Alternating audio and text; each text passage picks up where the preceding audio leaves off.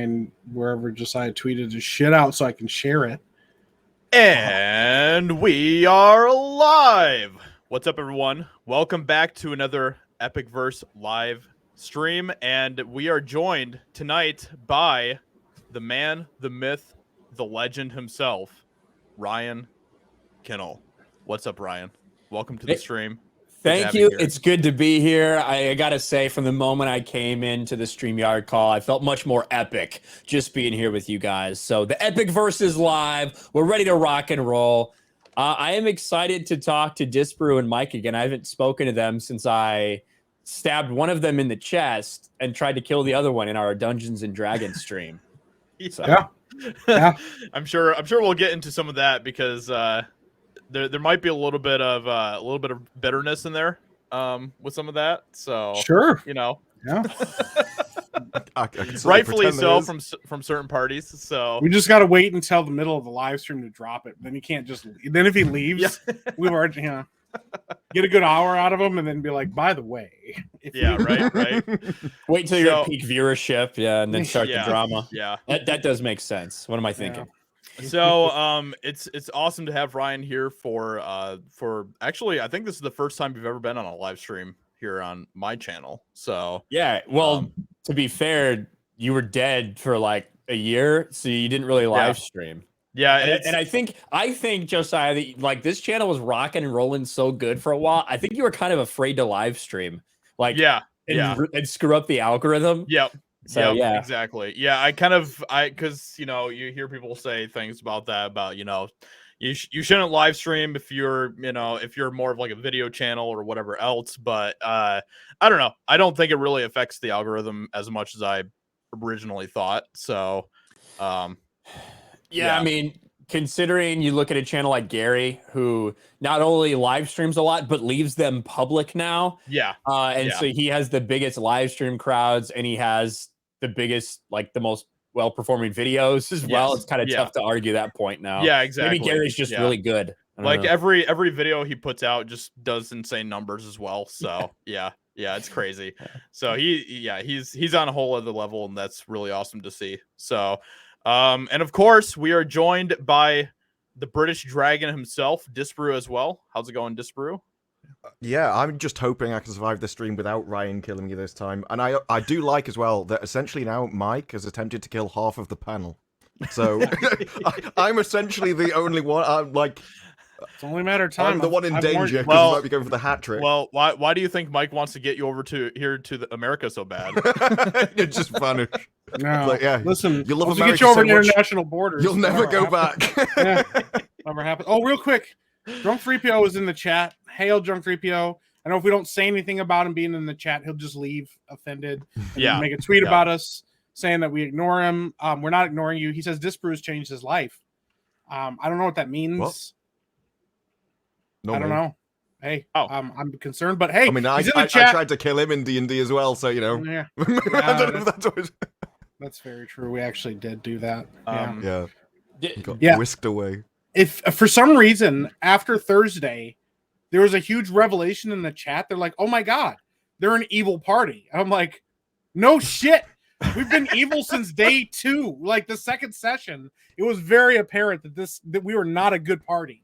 These are not heroes. They're degenerates who are absolutely going to make the world a worse place for everyone but themselves." I don't know. Like I would say that's true, and I don't know. My character's more willing to steal from a lot of people, but at the same time, I feel like I did a lot of things to try to save the party to my own detriment, right? Yeah, like putting myself at risk often, for the sake of the party. Absolutely. So that's why I feel so betrayed. That's why my character felt so betrayed. Yeah. But at the same time, anytime anyone proposed doing anything evil to anyone in the town, everyone's just like, yeah, let's go. Let's just break into this guy's house and start robbing him of any magical item for absolutely no reason whatsoever as he's scared in a corner. Go ahead. I blame the women. I blame the women in our group because we're all kind of acting our characters, and the girls are supposed to be the good ones, and they're just like, yeah. They're just except for X-Ray staring. Girl, who straight up was like, we could probably do that. Exactly. She's weighing the pros and cons. She's like, yeah, that should be fine. And I wouldn't have died if they'd known which order to heal the party in. Yeah. Because Luna should have been first, and then it was me, and then I could get the other two up. That was the best play by the numbers. But And if that happened, everything would have turned out differently. Why is Drunk 3PO not modded? I feel like Drunk 3PO needs to be modded in the chat. I can't. Yeah, I mean, else I would have done it. Sometimes I like to just mess with him and not give him certain things that he's expecting because, someone's got to keep him grounded. Yeah.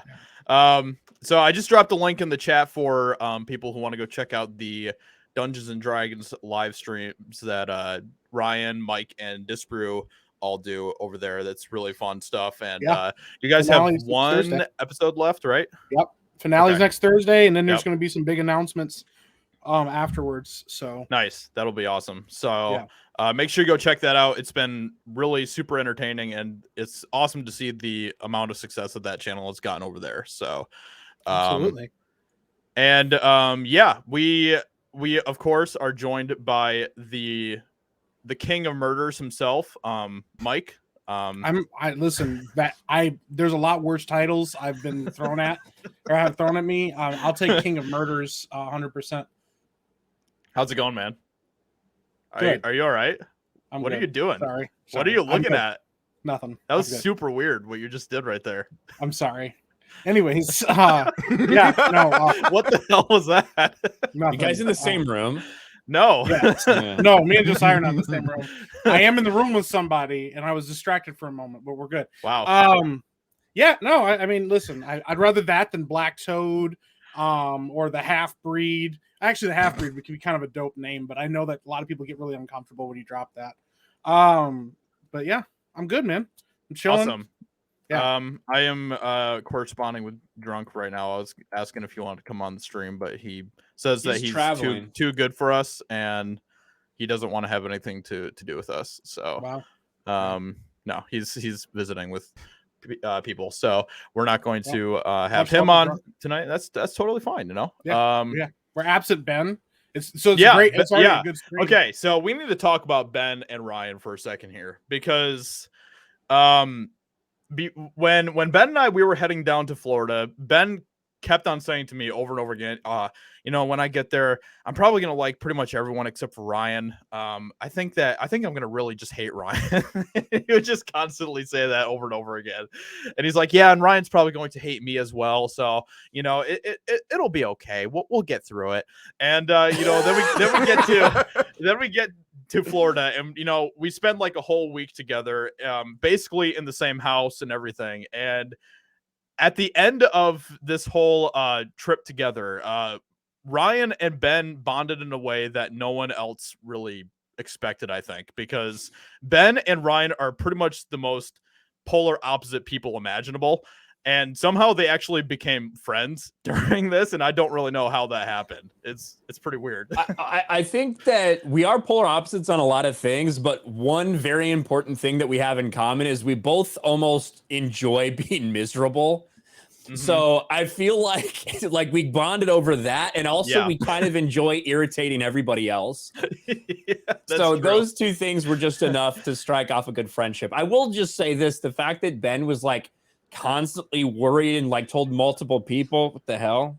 Phone just went off. Telling multiple people that, I don't know Ryan, I'm worried about Ryan. I didn't think about Ben a single time before this thing. Yeah. But but I shouldn't say that. When Jeremy told me that Ben was coming, I was like, Ben? Like, really?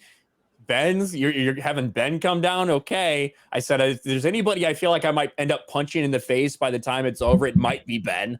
Yeah, right. Yep. But that was about it. But it was Trust good. Me. No. Trust me, I want to punch Ben in the face a lot. So I totally get it. I was kind of wondering why Ben wasn't here. I thought it was maybe because of me. Maybe he'd rethought it. But, maybe it was his Obi-Wan opinions. He's like, he decided to go off to an island today. So so he's not around. I'm off to an island. And also he knows that he's going to be in the very, very, very small minority when it comes to his opinions on anything that we're going to talk about tonight. So I was actually really interested to hear what he thought about this episode because I kind of thought he'd think it was great. Yeah. I think Ben actually is starting to realize that Star Wars is actual shit, and he's starting to finally wake up a little bit to that, and it's pretty crazy to see because he's been like one of the biggest defenders of pretty much everything that Disney's been putting out for Star Wars for the past few years. So I know he said that he didn't really like Kenobi very much. He was kind of disappointed.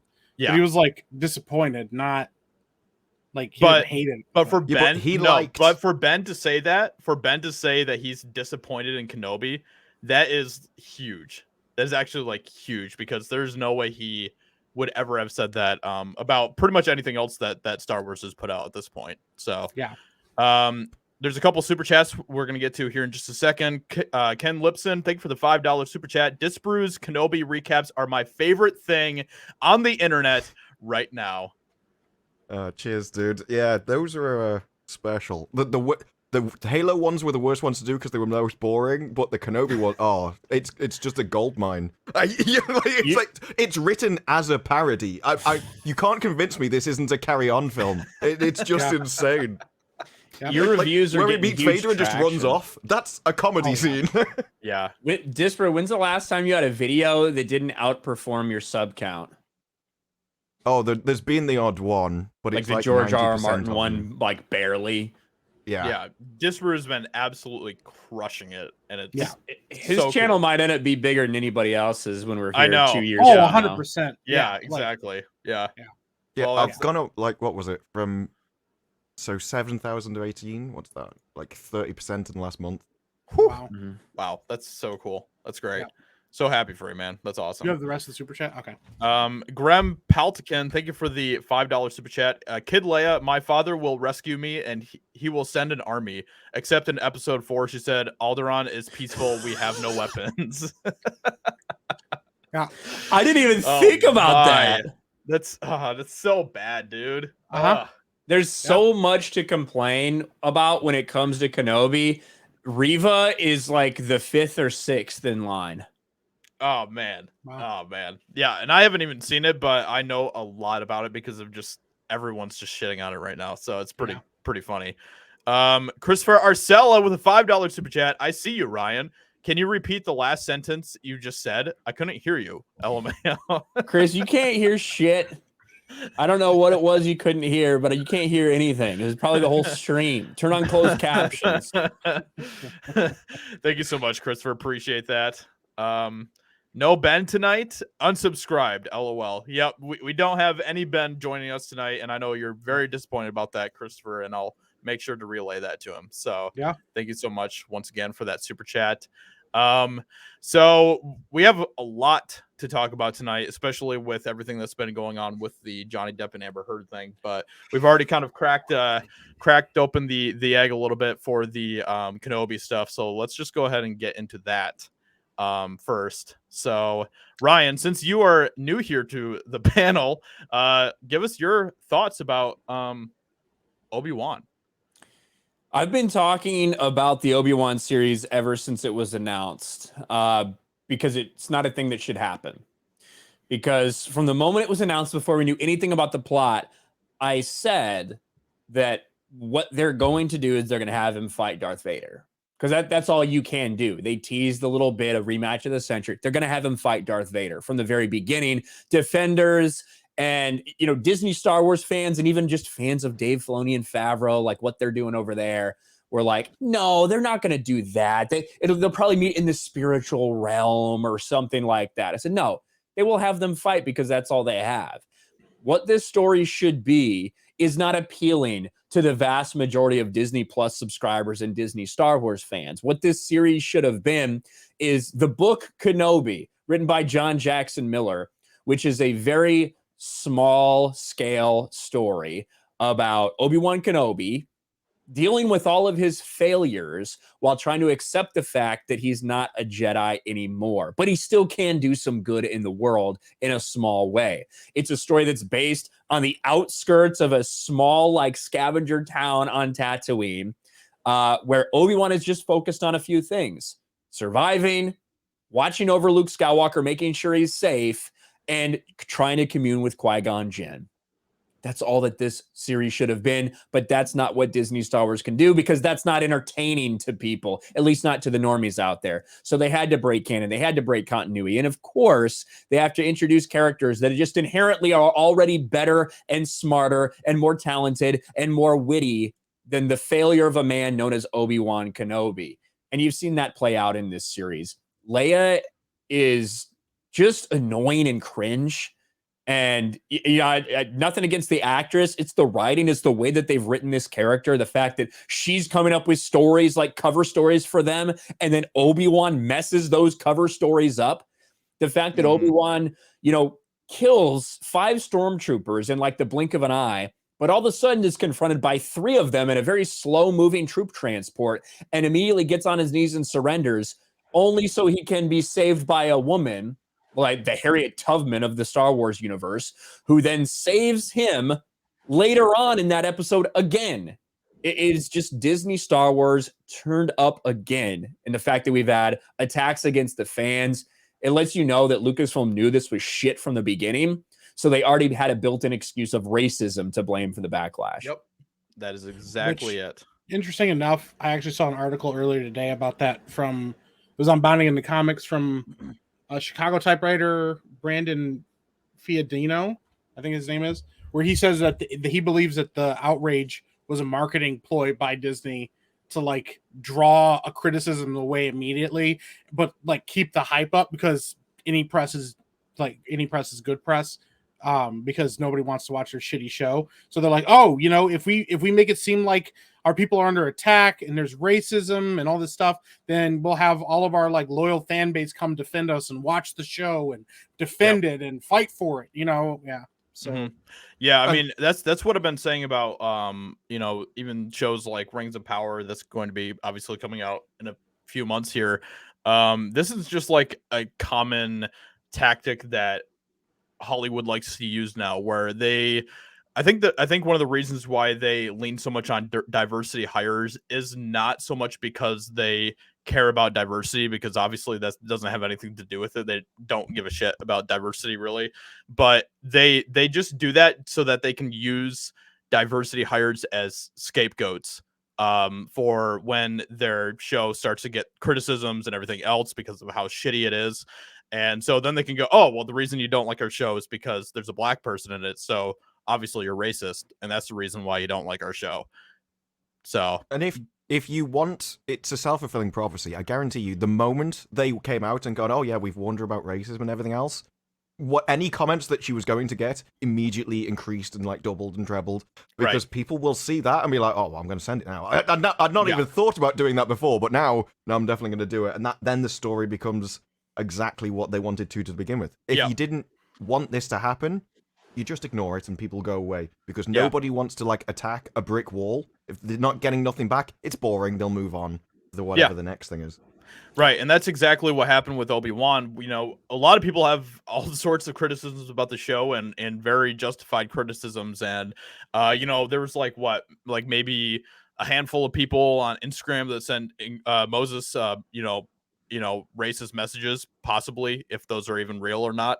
And then they use those to spin all of the outrage around the show instead of the actual criticisms that the majority of fans have about what the show is about. So, well, and you have to think that whatever they're showing, that's the best that she had. Right. That's probably the best that she had to show. Your days are numbered. It's spelled wrong. Your days are numbered. So like a guy that doesn't know how to fucking type. And then he had, what was it? A black guy, like based on his Twitter picture, saying like, you ain't the only like black person in Star Wars. I won't say the word, but it was the A. The soft A. All the racists out there that are known for saying the like PG appropriate N-word. Yeah, right. You know what? I hate black people so much. I want to use the right terminology that like they use with each other. Yeah. Mm-hmm. Even though it was a black guy that did it. Yeah, saying that you're not the only black person in Star Wars. And then like 2 other things that, oh, you're a diversity hire. Wow, that's so racist. I mean, right. Right. But listen, like, I don't think that anyone should be getting like, I want to use the word harassment in a very light way, right? Yeah, Harassing yeah. messages over their performance in a show. I don't think Yep. that they should. In the same way that I don't really think that Josiah or Disper or whatever should get a bunch of like hate-filled weirdos in their DMs for their reviews of a movie. That Yep. being said, it is something that happens on the internet. It's not something I've ever done. I've never gone to Instagram DMs and just randomly gone after somebody that I didn't like their take on the internet. Never fucking done that ever. Never Yep. will. But there are a certain percentage of people on the internet that do that. That's the worst that they had. And I would say that maybe of those 4 things, one of them was like truly like it has some nasty racial undertones in it. The one is like, you're the George Floyd of the Star Wars. Like that one did. Yeah. But at the same time, we get worse all the time and we're just like normal people. Yeah. So it sucks and it shouldn't happen, but it is part of the world. The world isn't perfect. And to gaslight all of the mainstream media, all of the blue check marks by trying to say that it's a significant amount of any kind, it's an actual significant movement of racist fans, and that's why there's backlash, that's ridiculous. And the sad part is it's worked. Their entire plan has worked. Yeah. You know, they came out there with this pre-built deflection of racism. Then they get some backlash for those first 2 episodes. Right before the 3rd episode comes out, they say, look at all this. We stand for Moses Ingram against racism. 3rd episode comes out. It's worse than the first one. Subsequently gets bad reviews. So then they say, review bombing of Kenobi happens. When in reality, it didn't start going down until after you release the next episode, which was a very bad episode. And I'll show you why this is so fucked up, guys. This is actual review bombing, okay? Now, this is about 12 hours after they came out with articles that said review bombing. And when you go through this, because I had this still pulled up from then, look at all these 10-star reviews that got spammed that were just like, great series, wonderful show, fantastic show, love this series. These are spammed positive review bomb comments. That's what all these are. After 24 hours, now it's up to an 8.0 with over 700 more positives. Almost all of them are 10s when you're looking at the positive ones. Yep. Right. This is a positive review bomb. Yeah. That's what this is, but you're not going to hear about that. This was their goal. Right. They wanted to gaslight their audience into spamming positive reviews because they think the racists are the ones that are negatively review bombing the show. Right. And the hilarious thing about that that you just shared there is that pretty much all of the like super positive like 10 review comments that were on that, they were all pretty much getting ratioed as well. Even if they were just small ratios, like 3 versus 2 likes or whatever. But still, that kind of goes to show that that's not what the actual majority really thinks. That's really funny. I think the same thing happened a little bit with Rotten Tomatoes as well, because wasn't it Rotten just like a couple days ago on Rotten Tomatoes? Like it was down to like 55% or something like that, or it was down to 56. 56. Okay. But the thing is, there were far fewer reviews on Metacritic. There's been I would say about 700 to 800 positive review bombs on Rotten Tomatoes and Metacritic. So it's coordinated. It's from these losers that hang out on Reddit. Like that's what they're doing. They probably get a Reddit post and like Star Wars prequel memes or something or whatever. And all of a sudden they go and they all post the same stuff in the same time frame. That's actual review bombing. Yeah. Literally. But it'll never get called out that way. Right. No. Exactly. And that's, that's kind of the problem with it is, I don't really give a shit, if you want to, go on there and, kind of organize a review bomb or whatever else, I don't care. But the problem is that, we get criticized for that when we do it in a negative way, but it's totally okay for them to do it when it's positive, when it's helping their cause. Yeah. Well, and then there was the tweet I shared from a chick on fucking Twitter who said that they didn't give a shit, that review bombing wasn't going to ruin the Kenobi series, and that they never cared about the critics' review. The funniest part about it was prequel fans who have been unbothered since '99. I'm like, oh, cool. So prequels are like where you fucking started with Star Wars. Congratulations. It has 30,000 likes. So and this is the funny thing. I got like a shit ton. I got in a firefight on Twitter because I said Kenobi wasn't good after the first 2 episodes, and people were like, "All you fucking people do is hate, and you only do it for the popularity and for the clicks and for the exposure." And I was like, if I wanted exposure, I would have said it was fucking amazing and it was the best thing on fucking Star Wars like of all time. That it was a cinematic achievement because those are getting 50,000 likes and they're like getting retweeted by the fucking actors and by Disney Star Wars and by all these people. Like, for me saying it's bad, I just get a bunch of shit and then I get called a racist. I've been called a racist so much in the last 2 weeks. It doesn't make any sense. They're like, yeah, I like all the like every name that they could think of in the book. And that's the thing. Once again, the real people that are like actually using racist terms and saying terrible racist things are the people that are mad at me for saying that I didn't like a show that they think is like the most amazing thing that's happened since sliced bread until episode 3 comes out. And then I go, well, I mean, maybe this was a little weaker, but there's obviously a reason for it, guys. Come on. It's still really early on. Like, no, it's not. They're halfway through the show. That's why I really love that they kicked all this off just before episode 3, because it's the one that Reva is in the least, and it's the worst. And it just, like, them focusing on her, it's like, no, she's the smallest problem in the entire thing. And episode 3 really just showcased everything. You can almost remove her from that entire episode, because she doesn't really influence it at all. And it just shows the weaknesses of all the other characters. And even to the fact that Vader was probably the best thing about the episode, and they had to destroy him at the end as well. They couldn't even have one good guy in it. Well, one good bad guy in it at all. Yeah. Without destroying him in an hour. Yeah, they're like, this is Darth fucking Vader, most terrifying man in the galaxy, and some bitch with a hand blaster can stop him in his fucking tracks. He's like, oh. Fuck, what am I supposed to do? She just made fire in front of me after I just made fire in front of me and blew it out with the fucking force 5 seconds ago. Some guy's like, well, he obviously was trying to let Kenobi go. I'm like, no, he wasn't, because he just said, bring him to me. And I don't know why he even needed to say that, because why did he could have just pulled him to him. He had just done it. And they're like, nah. That's something that's kind of inherently tricky to deal with in the Star Wars universe is force powers, you know, because they are so, you can easily justify utilizing them in a certain way.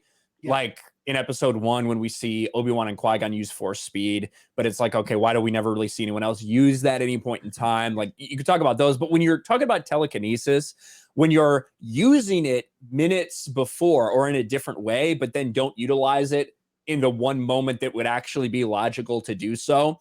We've seen it before with Darth Vader in Disney Star Wars in the hallway scene in Rogue One, which everybody was like, oh my God, Vader. I hated that scene because, one, it's impossible for me to justify going from that scene to then the duel that we see between him and Kenobi, like just not hours, but a couple days later. But also, while he's busy using the force to push people like, floor, ceiling, floor, all this cool stuff, he could have just force grabbed the guy that was running with the thing and pulled him back. And that would have been end of scene, end of movie, right? And so in this one, you see him using force grab, you see him dragging Kenobi around, yet all of a sudden there's flames in between him, like there was before, and he can't do anything. Yeah. It's nonsensical. Same with Reva. She uses the force to force pull the thoughts out of that one really annoying character's head. But she doesn't do that just a few scenes before with Owen Lars. Yeah. It doesn't make any sense. If you're going to show these capabilities that these characters have in the show and display them for everyone to see, you have to think about this kind of thing. Yeah. Well, and if you're in a really high-tech futuristic environment and your entire body has been burned by fire, the first thing I'd get my text to do is, can you make this suit fireproof, please? Because I don't want that happening again. It's like, I really want it just for a little light bit of fuel on the ground. I should at least be able to go through it before I get damaged. 100%. But that's the thing. There was at least, we knew in the original trilogy, yes, there were always there were things that people could criticize, but the fact is, like, force powers, the Force, Jedi, Sith, all of that was basically considered a hokey religion. in the original trilogy. And yeah, there were some inconsistencies because of the prequels, but the idea that like people just walk around using the Force willy-nilly like they do now, where everybody just there's like 18 million Jedi in the galaxy still. Everybody knows they fucking exist. They're like, oh, you're not the first Jedi that's been through here. And like, oh, hey, I'm in the middle of a fucking town square yelling out that I'm a Jedi. And then like, what? In another 10 years, people are going to be like, Jedi don't exist. That's not a real thing. That's some ancient hokey religion that nobody believes in anymore. It's like Disney Star Wars doesn't give a shit. They just want you to feel like it's awesome and then buy it and consume it and then forget that it exists until the next property that they release, because it is absolutely 100% about quantity over quality. They just keep pumping them out. And even if they do something bad, where's the talk about Doctor Strange?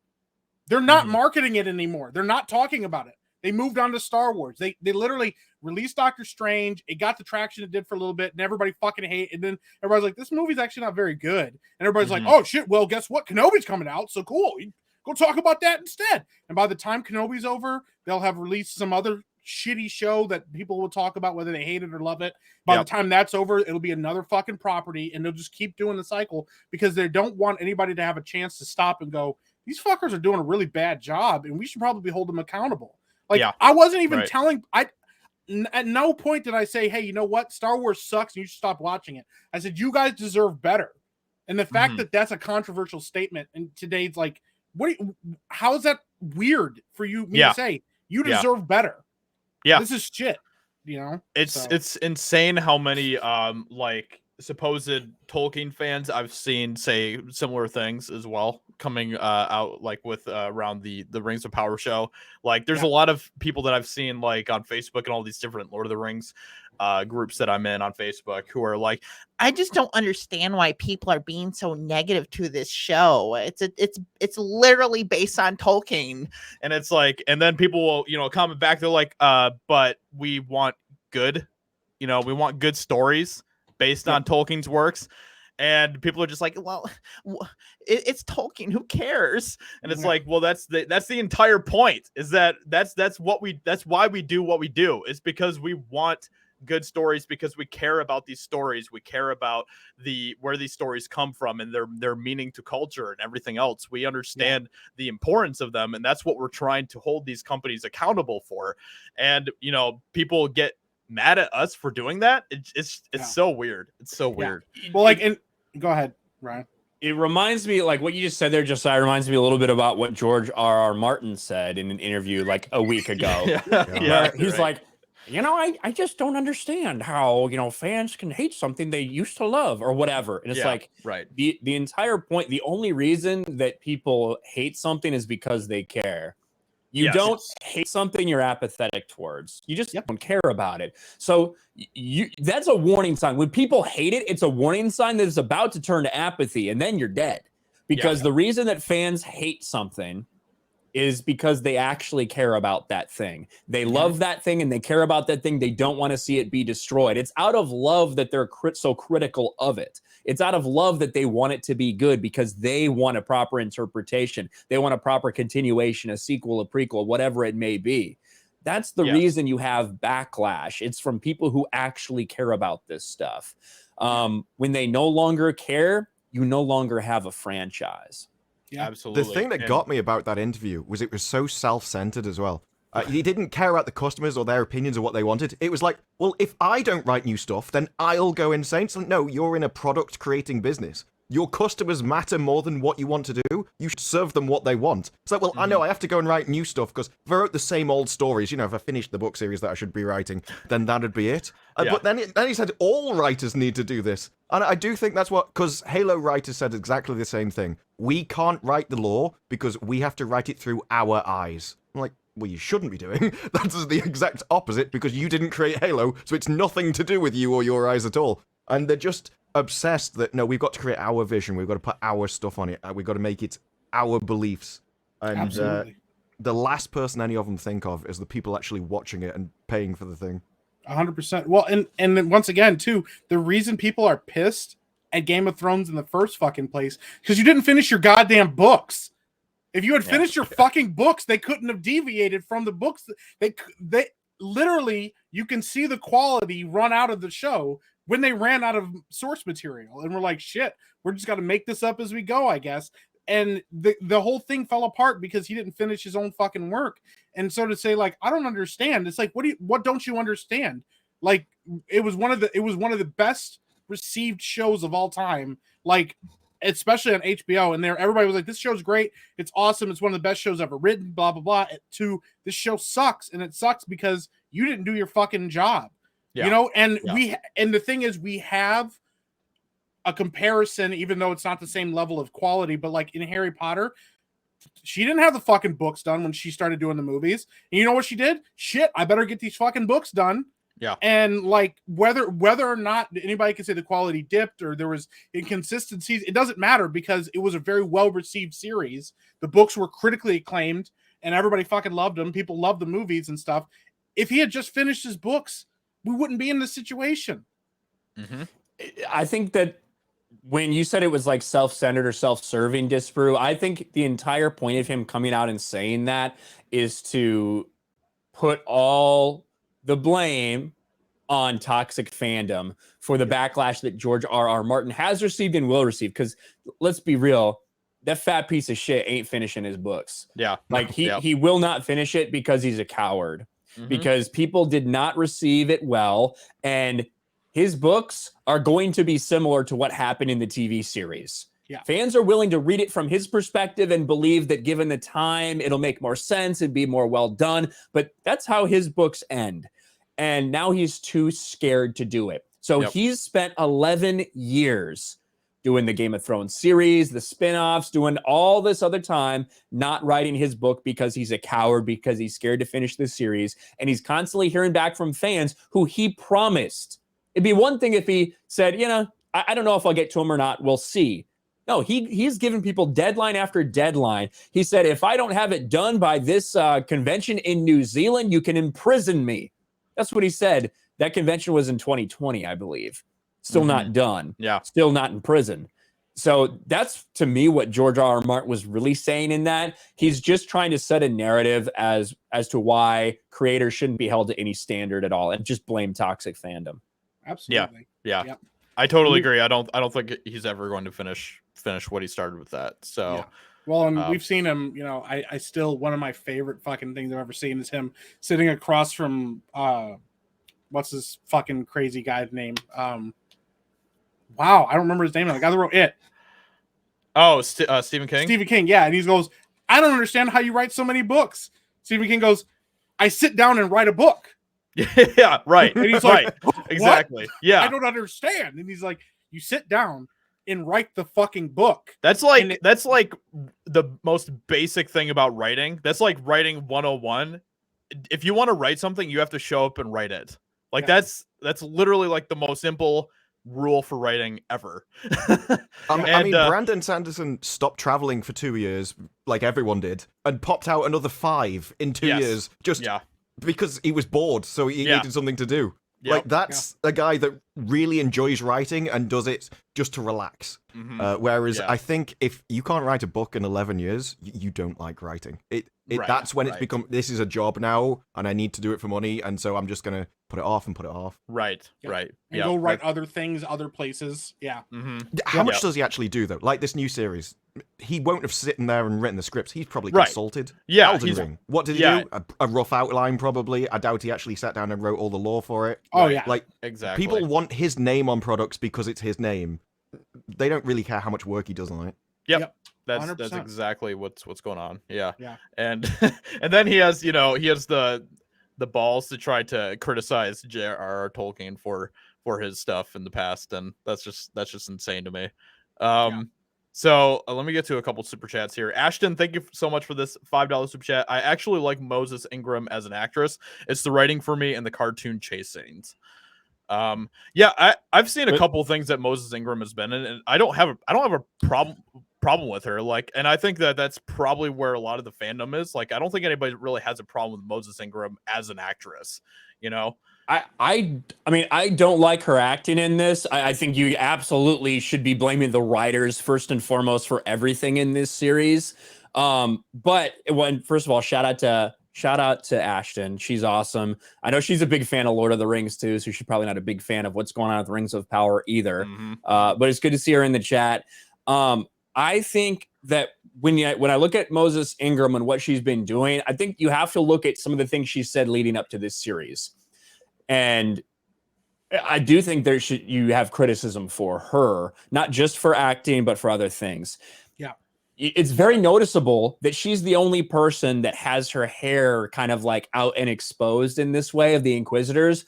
No other Inquisitors look like that. Nearly all Inquisitors have their heads covered in some form or fashion, with the exception of the Grand Inquisitor. But Moses Ingram said it was important to me that people see my traditional like African-American hairstyle because that's not common enough seen in entertainment. It's like, but this is Star Wars. You know what I mean? Right. No one gives a shit about like African-American. That's not a thing in Star Wars. You just have humans and aliens.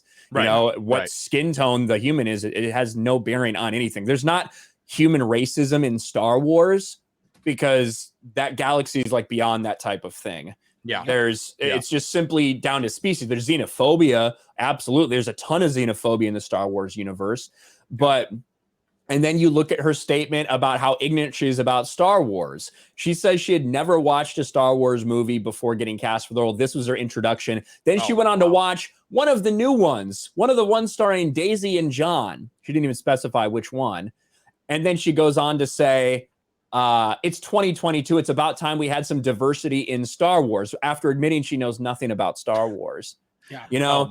Like, I do think that she is a little bit to blame for some of this backlash that we've seen for her just because of those ignorant statements. Yeah. Well, with that being said, so little of the criticism, the stuff we've been talking about now has very little to do with her herself in this series and so much more to do with everybody else. Yeah. Well, and that's the thing. It's like the argument that gets made. Well, who brought race into this in the first place? You did. She started this fucking thing off with that. And the thing is, like, it's somehow a weird or controversial statement to go, guess what? Black and white is like the least diverse thing you can have in a world where you literally have fucking aliens with tentacles on their head and like shit coming out of their assholes and stuff. Like, listen, you have like, you can do whatever you want and make whatever species you want. Right. And you're arguing, well, we need more black people because we need representation. And that's not real representation because there's no Africans. They're in a galaxy far, far away. There's no fucking Africa there. So why would you have it's important to show off my African-American hairstyle? Where? Who was like, this is your heritage for this fucking hairstyle? It would make, like, it doesn't make any sense at all. But they only understand race in the context of skin color. They only understand gender in the context of male and female, and now whatever the fuck else they want to try to add into it. But the fact is, you know, we've seen in Star Trek, we've seen in all these other sci-fi things, unique genders, unique races, unique species, and none of it matters because guess what? If you do have xenophobia, it's not a direct parallel for racism because you don't need direct parallels in writing to show unique ideas or concepts or even openness to new things. But I'm like, you started this conversation. Yeah. You're the one that said that. And the fact that we have to say we're not criticizing your acting or we're not you as a person is because they said anytime you criticize her, you're criticizing her as a person. And it's like, no, guess what? She actually is doing a shitty job of acting in this show. I've created characters in D&D that are more complex than her when I was like, it was like on the fucking fly. Like, and it doesn't even make any sense. All she is an angry person. Congratulations. Anybody can write a fucking angry character. Like, your acting is not very good either. But that's considered racist now because, you know, that's because she can't have any kind of actual criticism about her anymore. It reminds me of this is really funny because this was just like a tweet I just randomly put out a while ago, but people got so mad at me for this tweet and it was hilarious. So I put out this tweet a while ago that said, just want to remind everyone that Guardians of the Galaxy is still a more diverse team and movie than Eternals is. Yeah. And people got so pissed at me for that, but it's so true because you're literally dealing with alien species in Guardians of the Galaxy. You have a green alien woman, you have a talking tree, a talking or sort of a talking tree, a talking raccoon, and everything else, and that's literally more diverse than Eternals ever was. But you get all these wokesters that are so mad when you say something like that because you don't have enough black people in the film or whatever. Yeah, well, because when you say like, oh well, but Zoe Saldana's black, they're like, she's covered in green makeup. Yeah. So she's not really black. What? Like, it's insane. they had to cover all the people of color in makeup. Obviously, they don't like people of color. I'm like, there's white people in makeup too. That doesn't fucking count. Like, I can't believe they got a white man to voice the tree. oh my god, dude. But this is the article I'm talking about. How Moses Ingram made a Star Wars Halloween character for black girls on Obi-Wan Kenobi. I wanted kids to be able to have the opportunity with their own hair at Halloween. If you look at black kids with kinky hair, when they want to be Elsa, they got to put on a blonde wig. What? So this is why I'm really excited for what she's going to be doing to be seen, because she contributes to the legacy of the Star Wars villain in a really interesting way. She brings her own energy to that world of silhouette villains. And I think that she's a worthy adversary, and the audience isn't going to be expecting what she brings. Oh my gosh. This is in April, back from April. Wow. But Ingram herself was instrumental in helping create another key aspect of Reva's experience. We had a lot of conversations about hair and what the right hair might be. And Deborah was great about moving from what the initial vision was for her hair to what we arrived for Reva's hair. And again, it's all about like showing her like traditional black hair, I guess. I don't know. The most ridiculous part of all of this is, like you say, it doesn't matter in the Star Wars universe. It doesn't matter in most of the world. The idea that a certain hairstyle belongs to a certain place on Earth is a purely American idea that no one else even thinks of at all. Like the whole thing about Africa being some kind of hang up for people as an American idea. Most of the rest of the world judge on culture and beliefs rather than anything else, because it was, for nearly the entire history of the UK, we just spent it fighting other people in Europe. So it's not really that big a deal for everything else. But what gets me is, in one of her first interviews, she blew her entire character's story by going, I just really wanted to be a role model for young girls. It's like, you're evil. You're evil, you go out and cut hands off people, and you want to be a role model for young girls? So unless at some point in the story that changes, you've just given away your entire character arc. Congratulations. And I don't understand why with actors nowadays, they're so obsessed. Like you said, she didn't watch Star Wars, but they're proud of it. If you didn't do that, most people would have the good sense to shut up and not tell anyone that you didn't know what your character or Star Wars was meant to be, and you would be like, you'd be trying to hide that as something that you shouldn't have done. Because other people used to go, what was it? Like if you wanted to go and play a policeman, you'd go and watch them be police for a day or a week or whatever to get experience of what the role was. Whereas now, like, no, I didn't want to do that because I didn't want it to taint how I was going to portray the role. Like, that's not a good thing. It's just saying you're lazy and can't be bothered to do the bare minimum of the work. Right. You'd at least pretend to be a fan. Yeah, like what I the Star Wars role, I would go through everything. The books, the movies, like every single thing you can possibly do, because you should be well-researched and knowledgeable about it.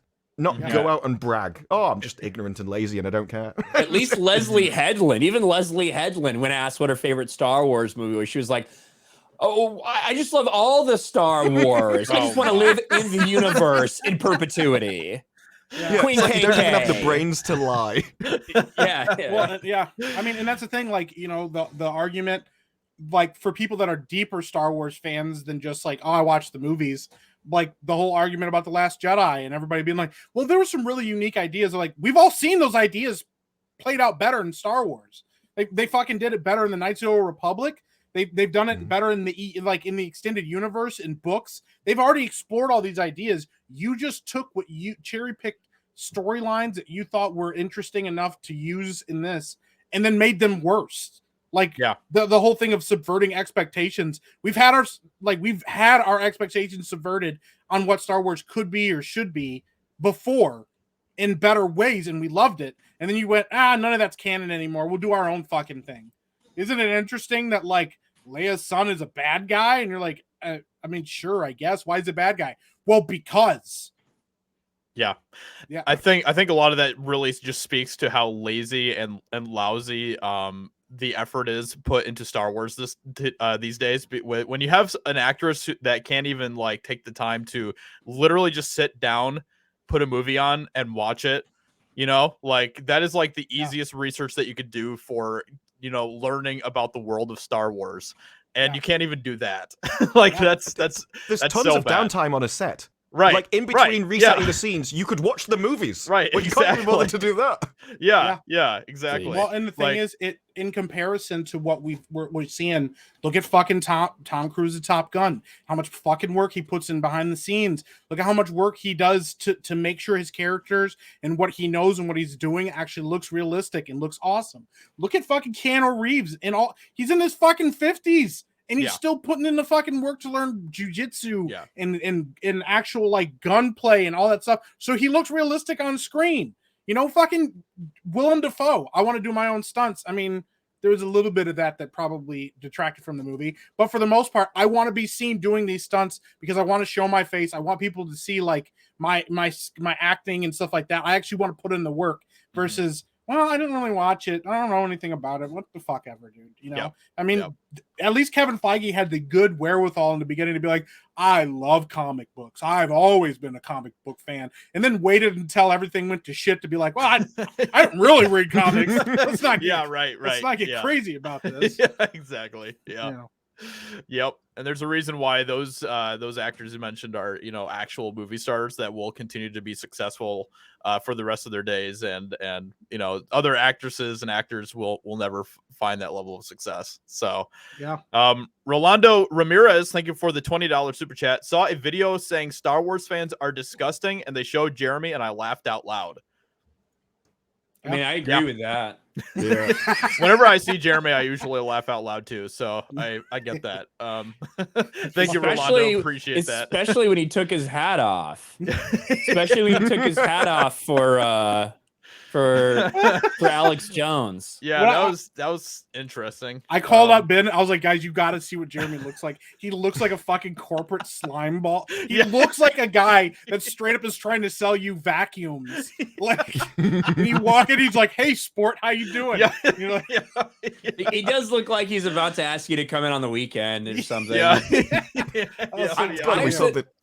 The first thing I said when I saw in the backstage, I was like, "You look like a divorced dad who's going to a custody hearing." You know what I mean? Like you are not made to be in these clothes, but you put them on and you tried to clean up to make yourself look as good as you can in front of the judge. Like that's what he looked like to me. Yeah, right.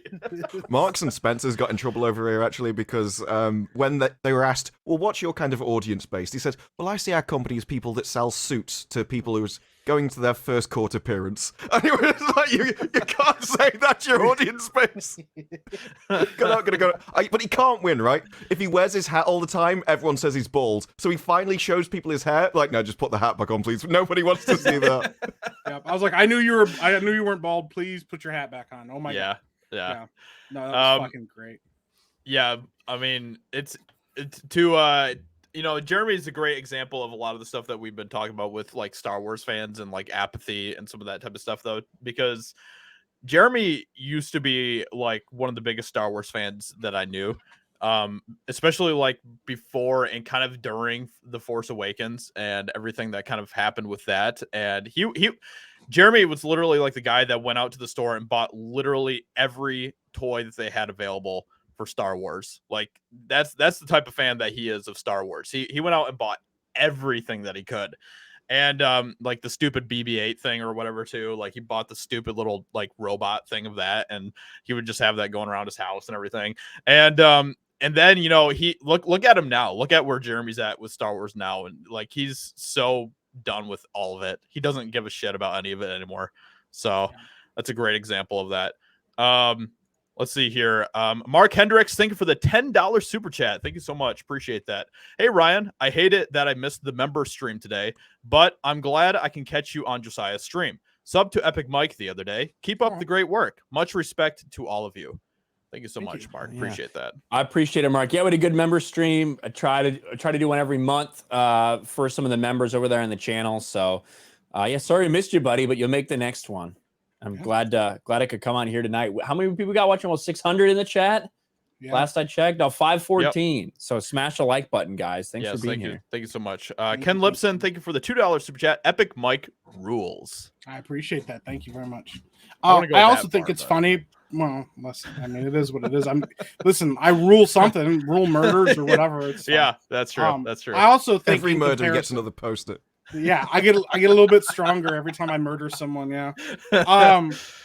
Like I also appreciate, because this was one thing I always thought was funny. Jeremy and Ryan would get in these massive fights about Star Wars, and then when I like actually talked to Ryan, I was like, he's a bigger Star Wars fan than Jeremy. Jeremy actually doesn't know what the fuck he's talking about. Holy shit! Like I was like, yeah, because Ryan was like pulling down like EU shit, Right, that, like right. not a lot of people know. I Yep. was like, oh, what Yep. the fuck? Like, yeah. So I would think that's pretty. That is a good point. Yeah, because I think that was your first video that you made for Geeks and Gamers too. Was an EU video, right? The one that you had to probably clip the hell out of.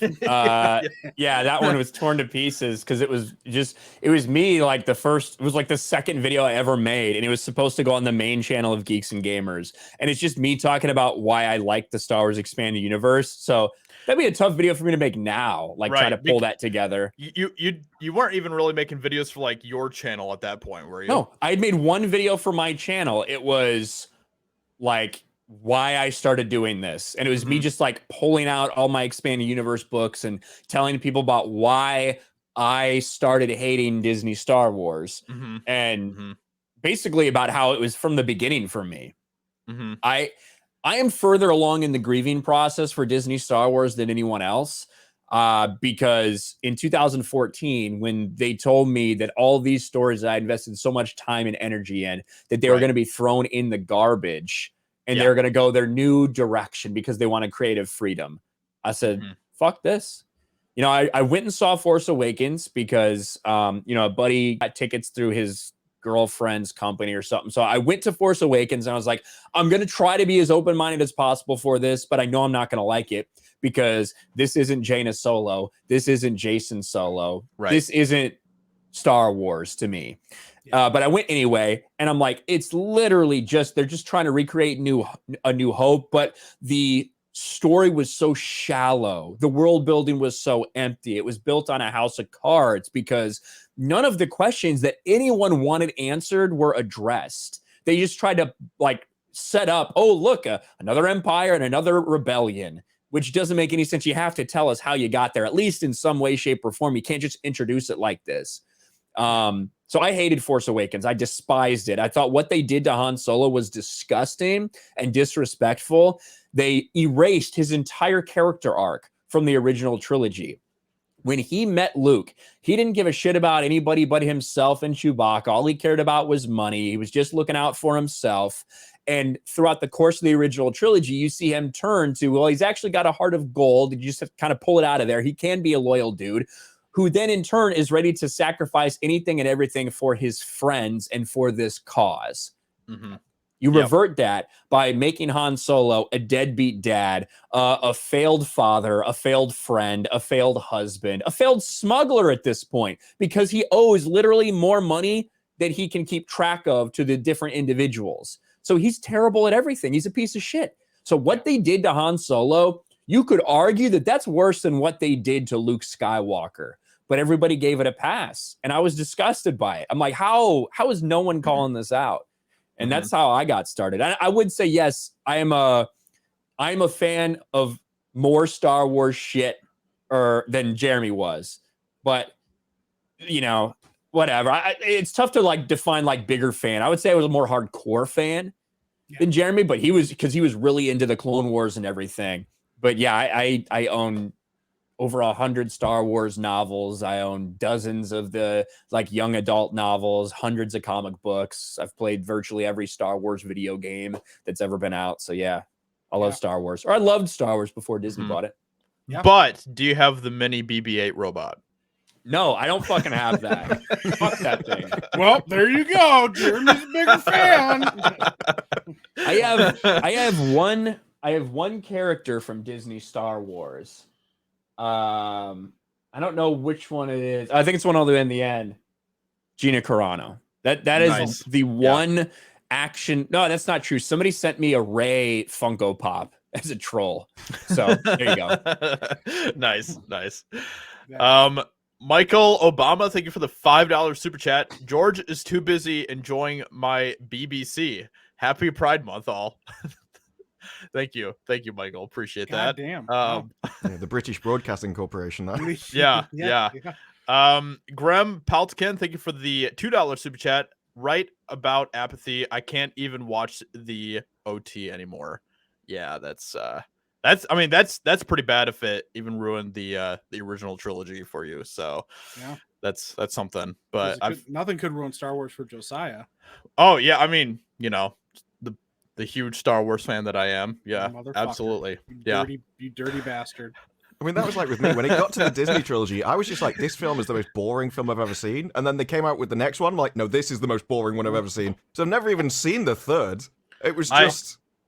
I've never really been a big Star Wars fan. The only thing that I've ever really found interesting to me from Star Wars was Anakin's journey to becoming Darth Vader, and then Darth Vader and everything else. Like Darth Vader's always been the most interesting character to me in all of Star Wars, and but I did make an exception to that rule by skipping the entire season of the Mandalorian to watch the final episode of where Luke Skywalker shows up. So you didn't watch the final episode. You watched the final 10 minutes of the final episode. I literally of season fucking 2. I literally fast forwarded through the entire episode until it got to like the last like 10 or 15 minutes, and then I watched Luke Skywalker show up, and then I was like, oh, okay.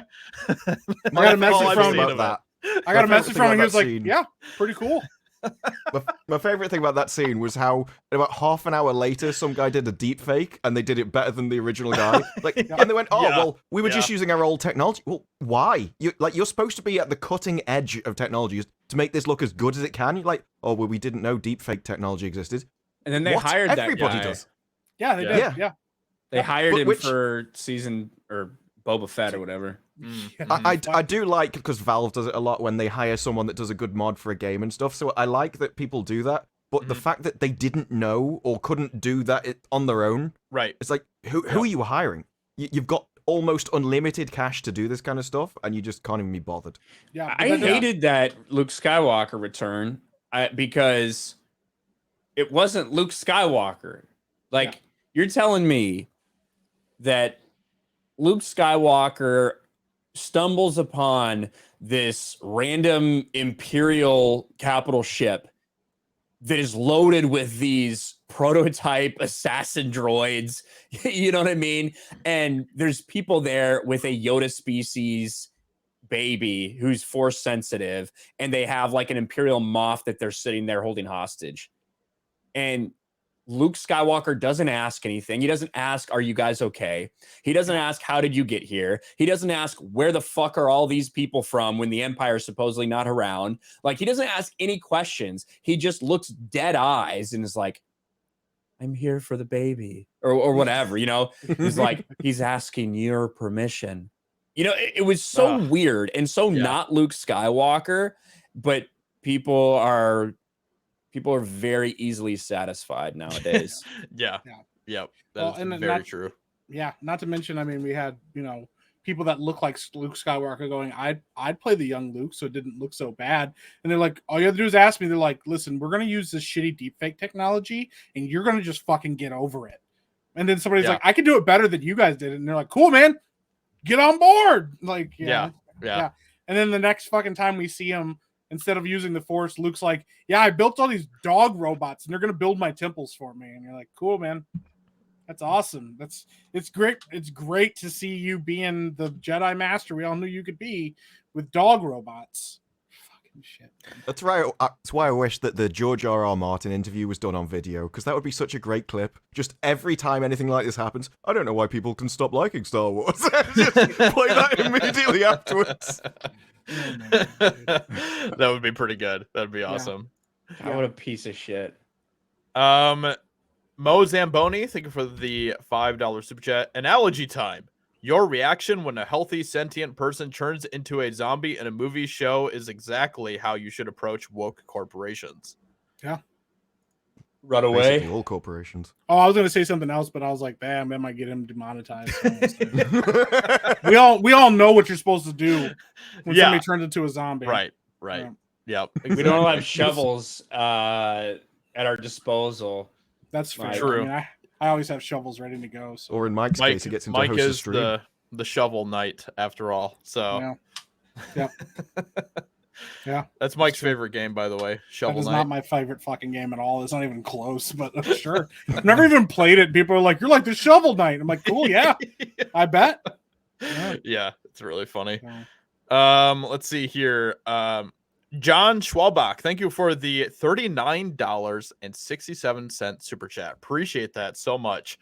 Just got out of Top Gun, fan freaking tastic. Canada, the kill site was Canada, and they deserved it. Take that, Trudeau. You guys give me a will to live. Just kidding. Hail FNT. Thank you so much, John. I really appreciate that a lot. You are the man, and we all appreciate your support. We really do. You're awesome, dude. So thank you so much.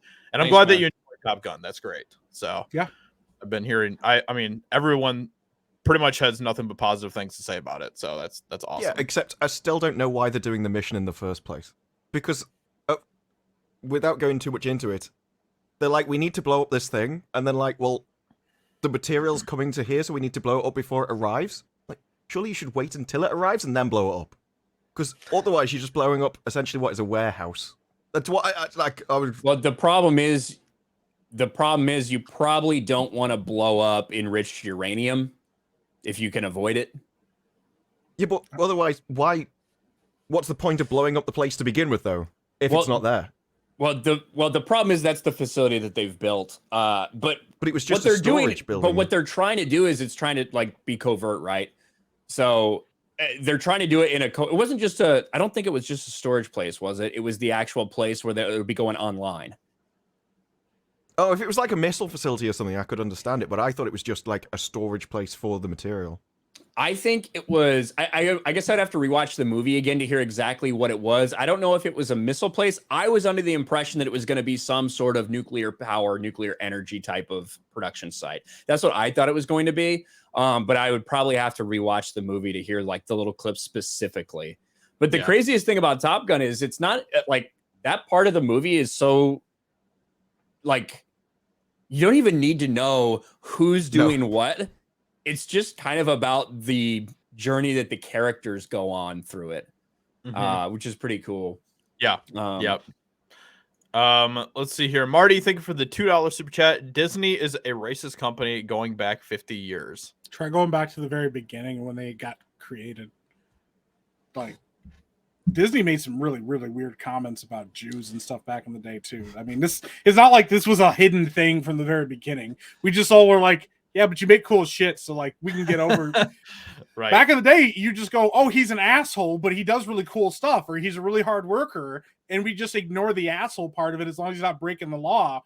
And now it's like, yeah, but he was mean to somebody back like 50 years ago. We should fire him. And it's like, oh, I mean, yeah, sure. Yeah.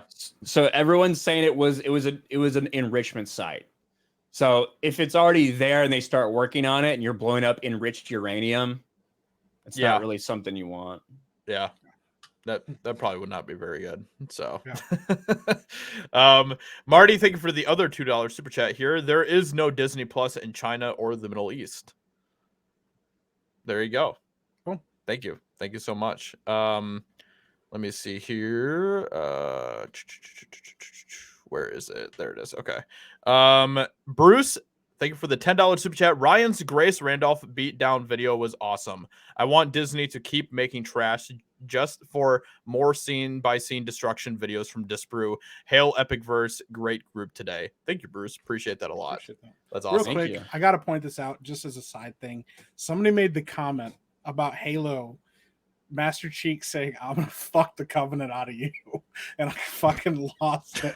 Because I was like, that's the greatest fucking thing I think I've ever heard. I wish that line would have been in the show. That made it so much better. Yeah. Yeah. And also, Disney Plus launches in the Middle East on June 8th.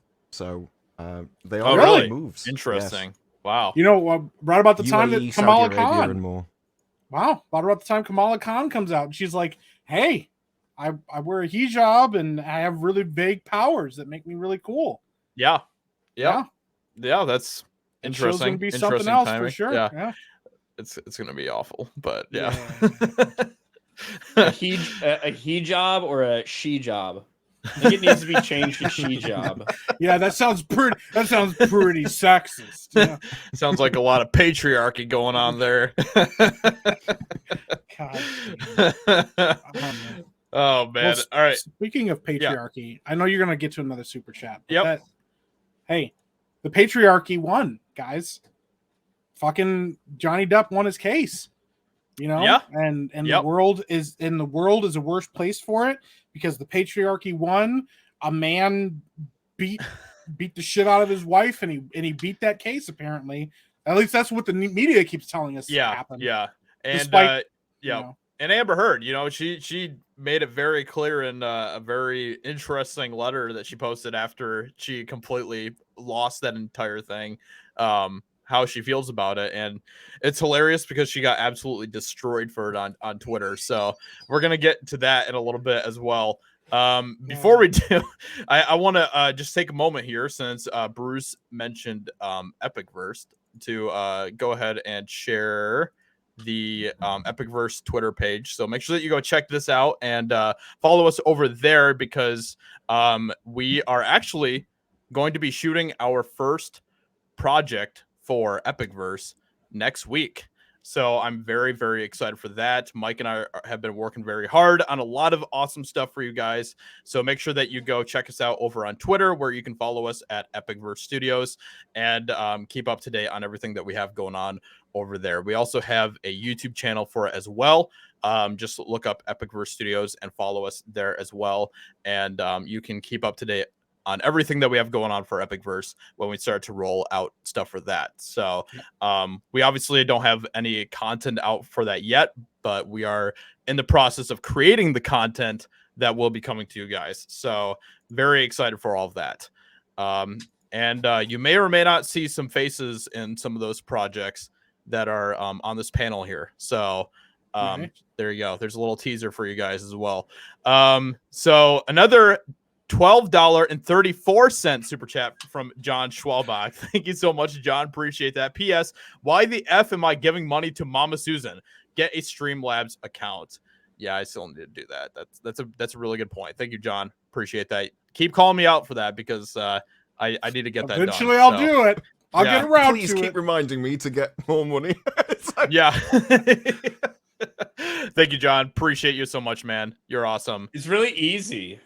Like, Yeah. I mean, Josiah has never streamed, right? So, like, he never streamed, so he didn't have to worry about Streamlabs account. Yeah. Gotta get it, I mean, man. yeah. Yeah. I think I even have a Streamlabs. I just need to put like the link in the description or whatever for that. So Control C and Control V is literally the only effort you need to go to.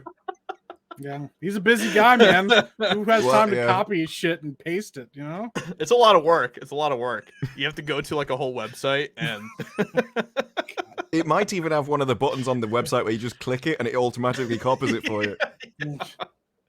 I'll get that done though. Thank you so much, John. Huge. Come on, say it.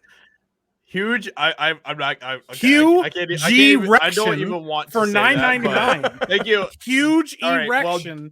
Huge erection. Massive. Mike really penis. wanted to just say that because after all, I swallow cum.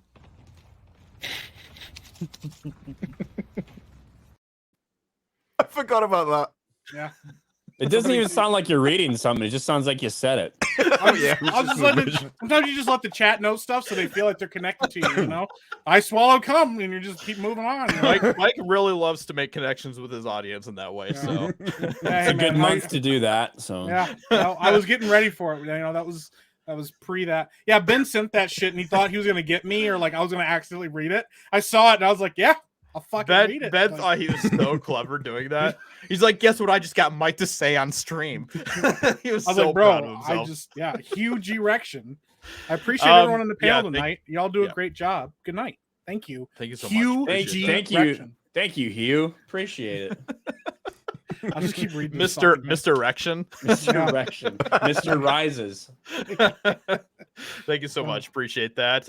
Binary Bard, thank you for the $5 super chat. Ryan, what are the top 5 Star Wars EU books or storylines worth reading?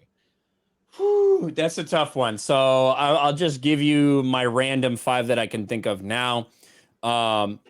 The one that I think everyone should start with is the Timothy Zahn Thrawn trilogy, the original one that came out in 1991. Heir to the Empire, Dark Force Rising, and The Last Command. That gives you a really good sense of where the universe is 5 years after Return of the Jedi. So that's the one I suggest everybody start with. But the X-Wing series is fantastic. It shows that you don't need to make a story centered around Jedi. You don't need to make a story centered around either of the big 3 of the Star Wars universe. You know, they make a little cameo here and there, but it's very minor and not really important to the story with the exception of Solo Command. The X-Wing series is fantastic. If you want a single standalone book that will make you appreciate the prequels so much more, I would recommend Plagueis, because that shows you kind of what is going on behind the scenes with Palpatine and with his master Darth Plagueis. You get the origin story for the story of Darth Plagueis the Wise that you hear in Revenge of the Sith. So I definitely recommend Plagueis. For me, I really like the post Return of the Jedi era in the Star Wars expanded universe. So 2 book series that I love that are very long, that are maybe not quite as popular with a lot of other people, would be the New Jedi Order series, which is 19 books, and then the Legacy of the Force series, which they're very important because it's kind of where Star Wars got serious. It went to Del Rey, and no longer could you predict what would happen in every series. Oh, you know, probably they're going to get into some shenanigans, but everybody's going to come back okay, and the galaxy's going to be okay. No, they start off with a bang. They take away a character that you love.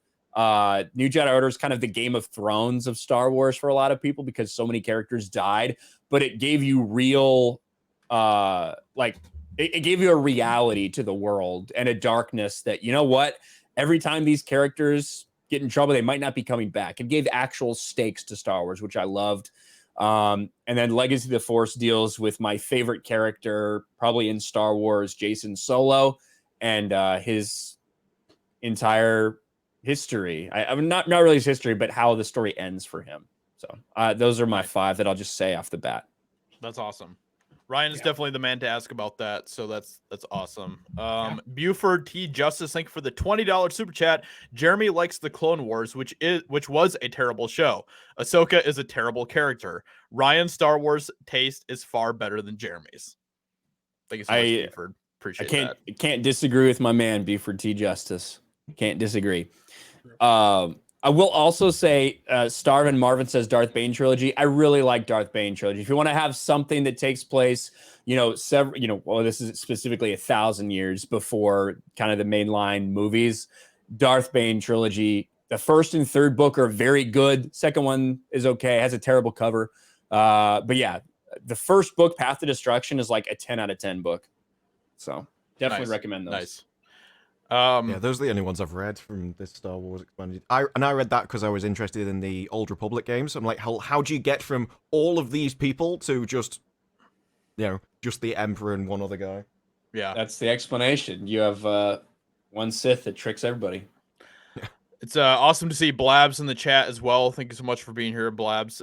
Mike, Blabs wants you to show everyone your ears. Show ears.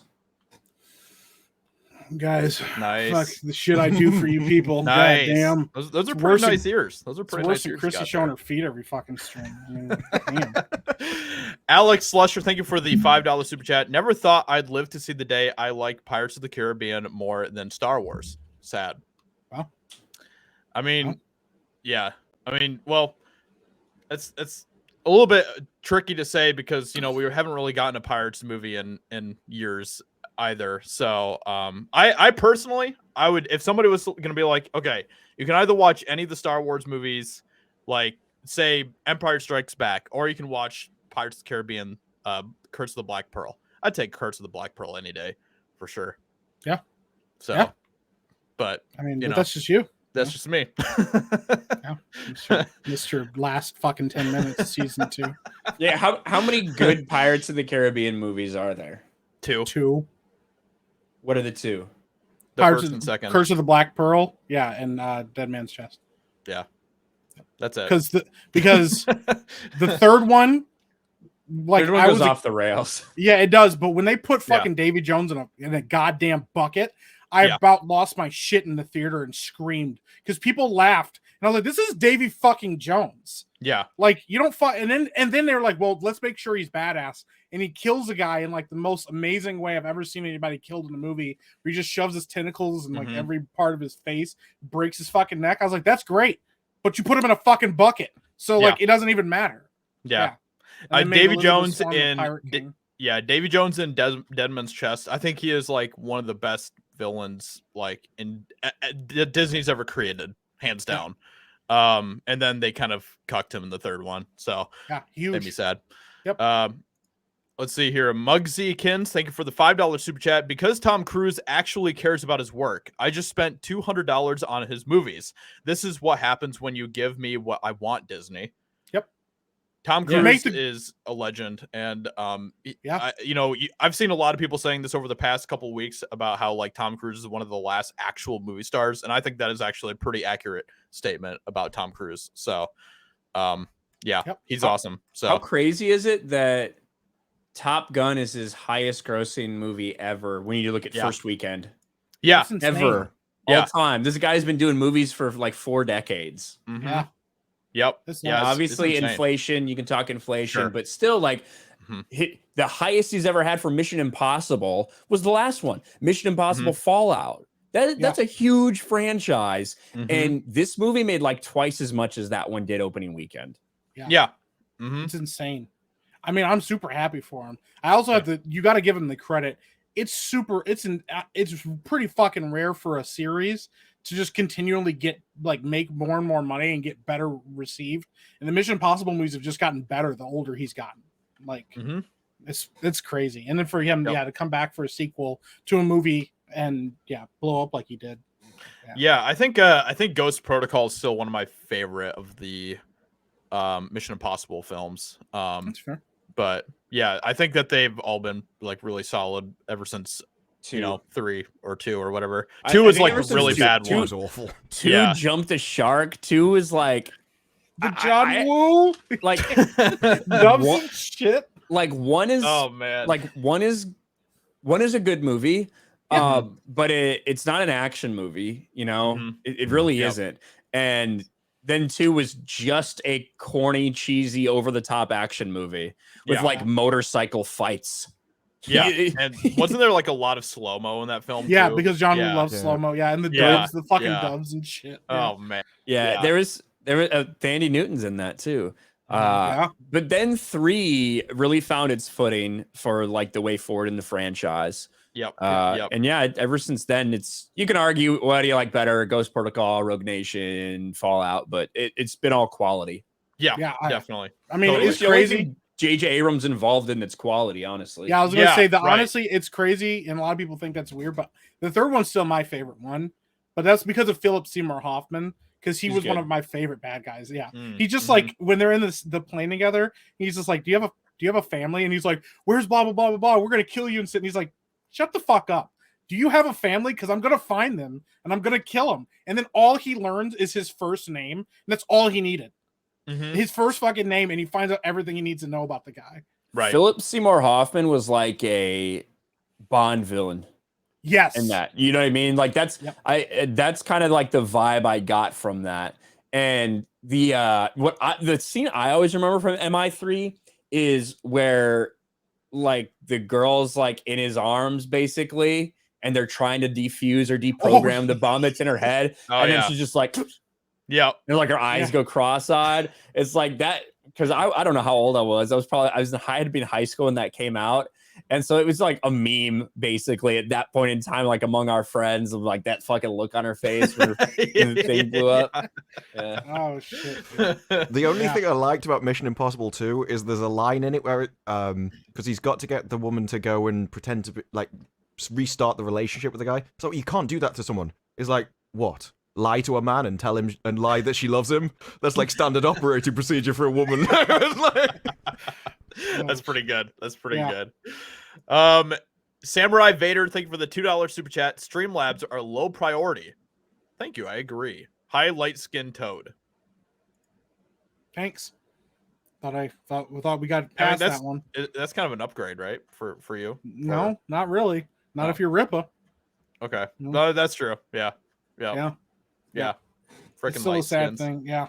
literally, in order to make one full black person, I would have to get me, quarter black Garrett, and Amanda Miller on one fucking stream together to equal one full black person. And Ripple would still just call us light skins and ignore us. So I hung out with Amanda Yeah. when she was in Orlando not that long ago. She's really cool. Yeah, I watched Mission Impossible with her. Oh, that's nice. awesome. Nice. Yeah. Yeah. I went and ate ramen. Not fucking Fallout. yeah. Well, it's that is a joke. No, Top Gun. What? Top Yeah. fucking gun. Yeah, wait a minute. I was like, I knew what you meant. Oh, it's a but roller yeah. coaster. Yeah, yeah. it's all the same. Tom Cruise running. Yeah. Yeah. Yep. Yeah. I went to Freaking go see fucking Tom Cruise is basically what you can just say. So Yep. So yeah, I went and ate ramen with Amanda. That was pretty fun. So Yeah. it was good ramen Wow. too. Most, most stereotypical thing Noodles. you can do with an anime voice actor. Yeah. Hey, you want to go get ramen? Do you like ramen? Do you eat ramen? It was Yeah. like an It was anime Chris's themed. idea, but It was like yeah. an anime themed ramen place. Yeah. Was it Yep. really? It was like Yeah, called Super Saiyan or something. Yeah. Yep. It's literally just like a Dragon Ball themed restaurant. Oh, shit.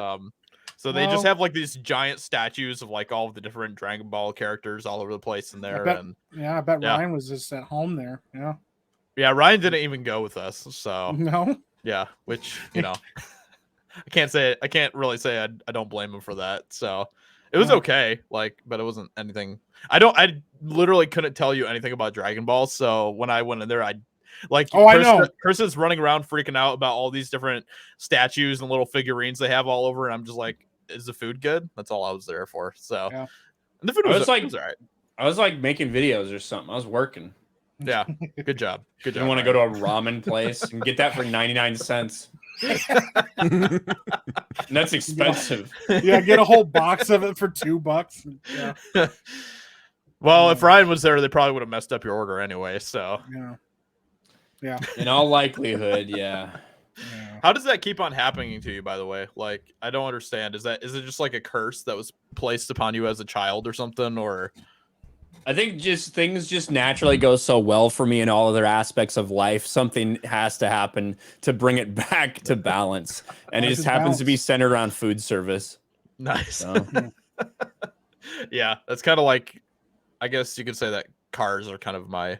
I feel like, well, maybe it's just because we're in Michigan and everyone always has car problems in Michigan, but it like literally it No. always feels like there's something going on with Yeah, my- you have my more car vehicles. trouble than anybody I know. Yeah, Like every other week, you're like, oh shit, I'm having car trouble. And I'm like, yeah, oh, like I literally just got like a flat tire 2 days ago with my car, and then I had to Yeah. take care of that, and yeah, it's always something. So Yeah. Yep. So I guess that's my my point of pressure release for all of that. So Yeah, everything got to balance out, you know. yeah, exactly. Michigan roads blow, absolutely. Yeah. Yeah, Michigan roads are always So terrible, for context but- too, just Brew, over here in Michigan specifically, they only do it in like 3 other states. They go, oh shit, there's snow on the road. Time to throw salt everywhere. Oh, Which we then- do that.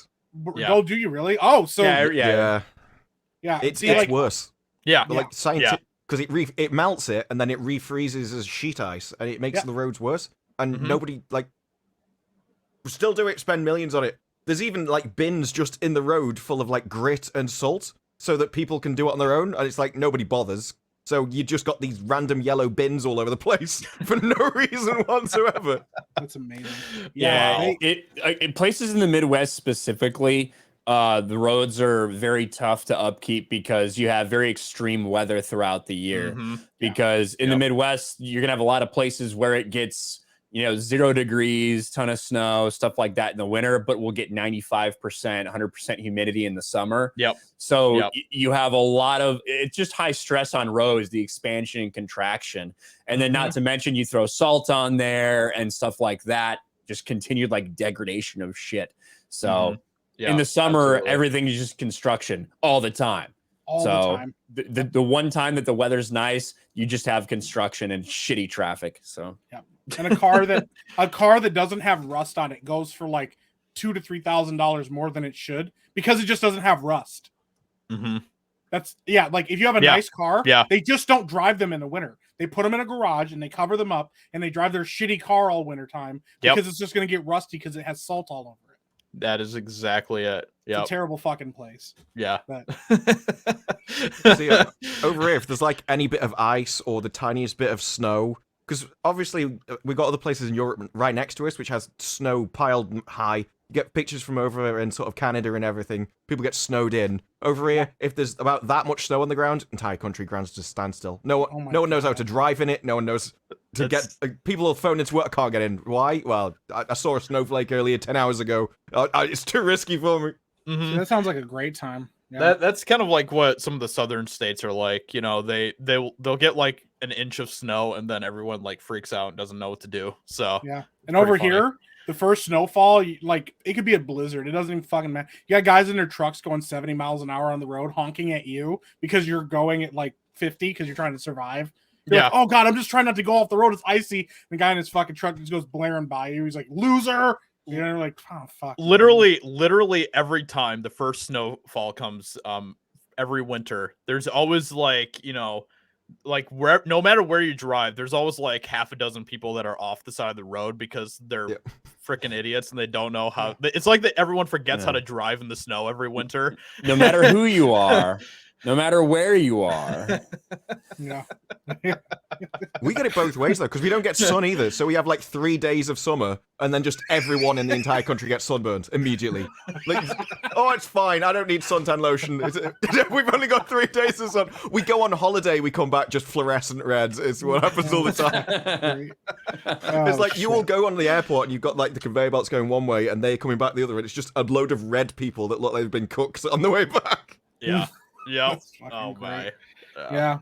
Over here, like we can't even go like, oh, it's pretty moderate because it just gets up to like 100 and what was it 2 years ago? I got up to like almost 112 or something like that. It was like they're like just stay inside because the humidity was like 80%. They just said stay inside, don't go outside. You'll give yourself heat stroke. Just fucking stay inside. But then we'll get like 2 feet of snow, and they're like, better fucking be to work tomorrow, man. Oh, well, it was the Queen's Jubilee over here, where like beaming down sun. And of course, you've probably seen like the London Guards for the Queen with the big fluffy helmets and stuff that they wear in the full gear. They were standing out that in beaming down sun. One of them collapsed, and all the other guards are just standing there because they can't move. And the guy just faints next to him, and no one cares. And then eventually, 10 minutes later, 2 people come on with a stretcher and like lift him on and carry him off. Well, this guy's been there 7 meters away from him, just like. I could do nothing but look at move my eyes at him. This guy could be dying or anything. No, you don't move. Yeah. My favorite thing as well is tourists come along and they'll be marching, and they march from A to B. And they run into them. Yeah, doesn't matter who's in the way, you go through them. Doesn't matter if it's a 2-year-old child or a pram, they will walk through it. And so it's just, all these people just get shocked as some guy just smashes into them. Some tourists just wandering around with their 5-year-old, they just get run the fuck over. It's like, so all right, he'll move. No, I've always admired those guys' dedication for sure. Like it's pretty. How much do they get paid? Cool. Are they just like normal military members? Are they police? Like what exactly are they? I'm not sure. I've always kind of assumed military. I think the closest thing we have to like that level of like insane dedication is like we have here like the Tomb of the Unknown Soldier. Those guys fucking legit. The amount of work that they put into their it's always funny. Go ahead. Disbrew should play something with the piano. Disbrew, do you actually No, I shouldn't play anything with that piano, or is it just there? It's more like a MIDI player, so I can. It's designed to. Essentially, I can do stuff one at a time. Like pieces of music was originally the intended aim because I used to do it as a kid. But then I just was like, I've never learned, and then I found out that MIDI stuff was way more interesting. But the problem with it is, if you make a mistake, you can just change the note on the screen. So you never learn how to play properly. Right. So I couldn't play it to save my life. Eventually, I will learn, but now it's not that day. Yeah, MIDI is like a shortcut when you're like writing music on a program. But yeah, like I feel like, I don't know, I haven't used any MIDI type of software in 15 years. There has to be like more efficient ways that they've intuitively been able to do it on programs now. Well, Right, it's right. not. It's just so you can input the notes onto software essentially. But I liked it more because you can build full pieces of work rather than just being able to play the piano. You could play strings, then you can play the piano, then you can play trombone and all that kind of stuff. Yeah. So I liked. That's why I got it originally. I got it You're essentially during lockdown writing. and everything. You're essentially writing all the parts. You could do like a full orchestra and like write the specific cello part, like the first and second and third cello parts individually, like using the piano as an input for notes. And then the software essentially will do what you're doing and put it down, which is the originally for writing music, software for writing music. It was like painstakingly annoying to have to, okay, I'm going to select a quarter note. I'm going to like input the quarter note on this. Now I need to select, a quarter rest or a half. It was just a pain in the ass. So MIDI just made it a little bit easier, a lot easier. I don't know what it is anymore. It's probably way easier now. Well, the piano looks good in the background and makes you look smart. So, not that you needed help with that anyway, because you have a British accent. The British accent, yeah. It's a real thing. I'd say it's just a thin veneer of respectability. That's all right. It's better. Most of us don't have any respectability. Yeah. So, well, the only thing I ever learned to play on the piano was like a ton of the Lord of the Rings music. So I just like I took like piano lessons when I was like super young, and then I kind of forgot a lot of it. So I just kind of learned like all of the Lord of the Rings music, and that's like the only thing I ever learned how to play. So yeah.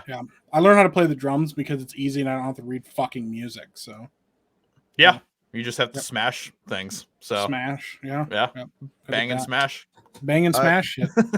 And the Royal Guards, they're part of the British Army, and it just gives like average salary for like infantry soldiers, which is 19. Officers is 28.5. But it doesn't give the thing for them specifically, so I don't know if they get bonuses or whatever. Interesting. It is interesting. Yeah. Yeah. So let's kind of close out with some of this Johnny Depp and Amber Heard stuff that's been going on. That's kind of the news of the week. So we obviously we got the verdict. I think that was on Tuesday or Wednesday, right? Yeah. I think it was Tuesday. It was Tuesday. Yeah, and then basically Amber Heard pretty much lost everything except for one small thing, but that was like more directed because of Johnny Depp's lawyer than actually Johnny Depp. It was something that Johnny Depp's lawyer said. So there's all of that, but basically since then Amber Heard has been it doesn't sound like it's going very well for her because she basically her lawyer basically said that she can't afford to even pay anything. She's basically spent all of her money. Maybe she can kind of crawl back to someone like Elon Musk and try to get him to pay for more things than that she has. But yeah, so who knows what's going to happen with all of that? But there's a lot of stuff going on with that, with kind of what's going to happen with the future of Amber Heard. It sounds like that Hollywood is kind of turning their backs on her as well. So it's not looking good for Amber Heard at the moment. And honestly, I don't really feel sorry for her in the least bit. She kind of brought all of this on herself. So she gets what she deserves for all of this. But out of all of us here, I think Ryan's the one that's been kind of following the Amber Heard stuff the most. So what do you think about all of the stuff that's been going on with that, Ryan? Well, I think it's awesome. I think that the amount of attention it got was for a reason. It's about more than just Hollywood drama. It's about more than just a messy divorce between celebrities. It's a situation that can literally happen to anybody. And that's proven because it happened to one of the most famous people in the world. Johnny Depp, who has more money than I could ever possibly imagine, who's been in these, whether it's critically acclaimed or whether it's financially successful, tons of movies over the past several decades.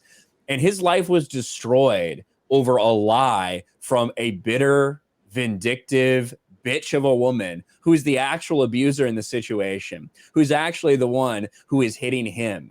Yet she lied about it to try to get ahead in her career. Specifically timed the release of this op-ed with the release of the biggest movie that she'd ever been a part of. It was disgusting. And for 6 years, she got away with this lie. And finally, in the public eye, it all gets torn down and exposed and shows people that you shouldn't just believe all women, that in fact, you should wait for any evidence for anything, whether we're talking about a man, a woman, whatever. You should actually wait to see what's going on instead of just believing the narrative. And that was a big part of it. Another big part of it was Hollywood and the mainstream media and the narrative that they were trying to present for a long time. Mainstream media, again, in a very public trial, their narrative got blown out of the water, just like it did with Kyle Rittenhouse, and they are not happy about it. Mm-hmm. They're not happy that people are no longer coming to them. They're not happy that people are going to YouTubers. They're not happy that people are getting news about this trial from Instagram and TikTok from content creators because the legacy media is dying and no one believes their bullshit anymore. Yeah. When it comes to Amber Heard, she brought this upon herself. I don't advocate removing people from things or firing people from things because of shit that's happening outside, with the exception of if someone is like actually involved in criminal stuff that affects other people involved with a production like that. Like that's where I kind of cross the line for me. But yeah, you know what? That doesn't bother me. What bothers me is the hypocrisy and the fact that Johnny Depp lost out on roles. Warner Brothers fired Johnny Depp but kept Amber Heard. Yep. Now there's rumors that maybe she's completely cut out of Aquaman 2 at this point, but she did this to herself. There was not equal treatment. The hypocrisy was rampant, and I'm just glad everything's been exposed. Mm-hmm. Oh, yeah. Yeah. I mean, and we've gotten a lot of news, just kind of like, I mean, everything has been very positive for Johnny Depp. And even more so, like, even after the verdict, like, it just kind of skyrocketed after that. And there's even like, I think there's like there's people from Disney that are talking about how like there's a lot of people that want Johnny Depp to return to Pirates, which I don't think that's going to happen. I don't think that we're probably ever going to see Johnny Depp in Pirates again, but I could be wrong about that, but that's kind of how I think that's going to happen. Do you guys think that he's going to return to Pirates at all? Oh, not at all. Yeah. No, I think he was serious in the trial when he said, no, I'm not going to ever do that again. Because he literally got betrayed by Disney. Yeah. I mean, the hope would be he would say, yeah, fuck the guys that didn't stand behind me when I was there, like all the people that fired me, and I'll go do my own thing because I'm going to be a hot commodity again. Yeah. But I mean, it's also hard to know because in Hollywood, one dinner behind the scenes or enough money thrown at you, and you might go back on some things that you said before. How many times we heard actors go, I'm done, I'll never come back to this franchise. Fucking Daniel Craig was like, fuck, I'm done being Bond like 3 movies ago. And they're like, listen, I'd rather slit my wrists than be James Bond again. That was a direct quote from Daniel Craig. And they're like, hey man, you just dumped a bucket of money at your house. He's like, well, I guess. Okay. One more time. Who hears that and then thinks, yeah, that's a guy we need to increase his wages because he'll be great on the marketing for the next film. Yeah. Like I can't even like they should have just told him where to shove it after that, but they're like, no, he's so amazing. Mm-hmm. Yeah, I don't understand it. Yeah. Now, obviously, especially the Johnny Bond, Depp where they changed the situation roles. The Johnny Depp situation is different than Daniel Craig, so we'll obviously. see. Yeah, we'll see. But I kind of hope he doesn't. I kind of hope he just says "fuck you," like you don't get to. Because the other thing is, it's not like Disney's going to put out a quality movie for him. Right, exactly. It's not like it's not like Pirates has been like amazing for a very, very long time. So yeah, well, I think the biggest takeaway from this too, Ryan talked about it before on Tuesday Night's Main Event, is that yeah, the narrative that whole narrative about believe all women and the patriarchy and you know we have to fight all of this and you know, yes, it's a big high profile case, but it sets a precedent. And the fact is, the other side of things and all these articles and all these people on Twitter and stuff saying, hey, now we're concerned that things are going to be different. The pendulum is swinging. Now, you know, women aren't going to be believed when they're being abused or blah, blah, blah, blah, blah. Well, no, that's just how you treated everybody. We've always advocated for, and people have always wanted fair trials and equality across the board when it comes to being in the court. We never asked for favorable treatment, but you did get favorable treatment and you knew that you did. And so now you're worried that it's going to flip the other way and you're not going to get this, that not even that you're going to get treated equally, that you're going to be like put upon. But we've never asked for that. Nobody ever wanted that in the first place. So it's just funny because it exposes the fact that the system was rigged in their favor in the first place. Oh yeah, absolutely. You know? Definitely. Yeah, it's my favorite quote. Daniel Craig, I'd rather slash my wrist than play James Bond again. After 4 films, British actor says if he did reprise the role, it would only be for the money. Like, that's crazy. Oh, man. Now, that's so funny. In the case of Johnny Depp, like, he said, I don't care if they offer me $50 million, I won't do it. I think he could be moved on that. Specifically because I think the character of Jack Sparrow means a lot to him. You could tell how much it meant to him when he was talking about it, when he dresses up and goes sees kids in it in the hospital and shit like that. I think that he could be convinced to kind of go back on his word if it's different people involved. You know, if the people that made the decision to get rid of him are no longer in control, no longer making the decisions, I think he can justify it if he thinks it's worth coming back for. Sure. And I think that Disney would be willing to do a lot of things. And like, if he could get an actual apology from them, I think that he might do it as well. Now, does Disney do that? You know, they're not going to do it for someone like Gina Carano, but I could also see them doing it for Johnny Depp. And one of the reasons Johnny Depp was the perfect person to go through this is because Johnny Depp is not a right-wing political figure that a lot of inherent hate could be generated for simply because they're a right-winger. You know, that's what everybody wants to go with so badly in this, but he's not. He's like a typical Hollywood lefty who at one point was like, you know, jokingly advocated for Trump to be assassinated, right? Yeah. Like, that's who Johnny Depp is. You can't sit there and say he's a right-winger. So that would also make it more palatable for Disney to give him an actual apology. I think the chances are higher than most people think of him going back at some point, because you know that's like easy money for Disney. So they'd be willing to make it happen. And Disney, absolutely. Yeah. Without him, it's not Pirates of the Caribbean. It'd be like doing Mission Impossible without Tom Cruise. Right. There are some people who are central to the role of the main character, and you just can't replace him. Like, you can try, you can make the film, but no one will really think of it as the same. It's the same reason why Top Gear, it's never been the same after Clarkson left, because Clarkson was Top Gear. Like right now they're trying to make a Pirates of the Caribbean film that has like Margot Robbie in it or something, you know? Nobody's gonna give a shit about that. So I mean, I give a shit about Margot Robbie, but not about the movie. Yeah, that's true. Yeah. I mean, Margot Robbie, like, she's not a box office draw. Yeah. What is Margot Robbie starred in? Birds of Prey? Yeah. Flop. Yep. The Suicide Squad? Flop. Well, flop. The first one, yeah. Well, no. The first one actually fucking made money. The second one, I thought the second one made money. The second one bombed in the box office. It did very well, supposedly on HBO Max, you know, according to numbers. But when you look at the box office, I'll pull it up right now. I never even looked at the numbers for it. I just assumed it did well because I liked the movie. So Squad box. No, it was a fucking bomb. $167 million in the box office. God damn! Wow. It made less than Birds of Prey. God damn! Yeah. That's crazy. Birds of Prey was fucking awful. And I don't know what the budget was for that. Budget was $185 million. So it didn't even make back its budget. That's without advertising and everything. God damn, Margot. Yeah, I mean, and that's pretty much the only thing that she's like been one of the major stars in. as far as just like, her being like the centerpiece of the film. Well, and also, her being the producer on Birds of Prey, she was like, "Well, I don't want to dress like all sexy and stuff." And people were like, "Cool." Yeah, that well, was literally why you're in the movie. Yeah, yeah, that's why we watched the first one. So I mean, yeah, right, exactly. I didn't realize it did that bad. I liked it. I never looked at the box office. I was like, I liked it too. Yeah, but fuck, Birds of Prey was fucking awful.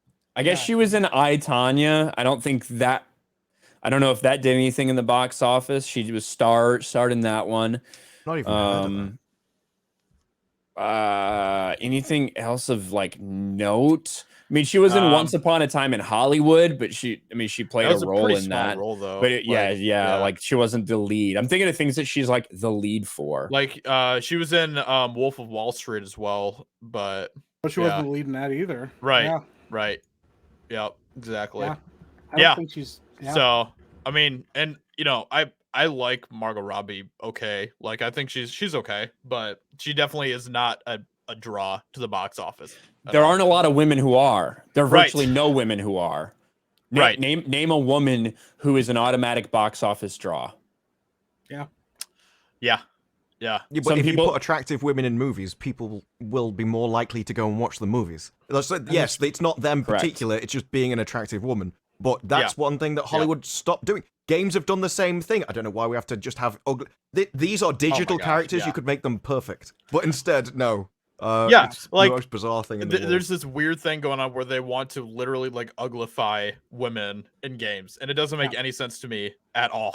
They do the same. They've done the same thing with comics too. They're like, yeah. Well, I mean, some comics, but I mean, when they stopped selling, they're like, well, I mean, it's not for the male gaze. I mean, it's all just because of feminism, basically. But yeah. Well, I can't remember which developer it was, but one developer literally came out and said, well, we can't make them look like these women because they look weak. So we make them look masculine because that's what strength is. And they just came out and said it. Yeah. It's like there is some things where you just can't believe they're that honest. And I'd have to look at which developer it was, but it was an amazing statement. Yeah, I mean, they said some of that type of stuff with Horizon Forbidden West when that whole controversy kind of went down for that, and some other games obviously as well. Yikes. But well, Tomb Raider.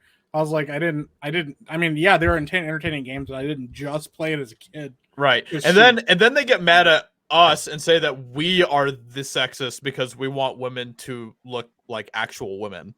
Yeah. It doesn't make any sense at all. Well, my favorite is when they yell at people. Well, because I mean they did that with Birds of Prey. Well, those toxic men, they just would watch our fucking movies.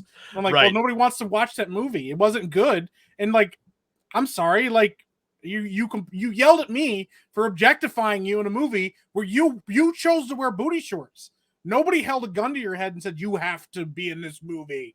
Yeah, you did it, and then you were like, "I don't want to wear booty shorts," and everybody's like, "Cool, I don't want to see the movie." And then she was like, "Well, they're just objectifying me." And when that film came out with the first Suicide Squad, like that was kind of at a period where Geeks and Gamers was sending me to a ton of different Comic-Cons. Everyone was wearing that costume.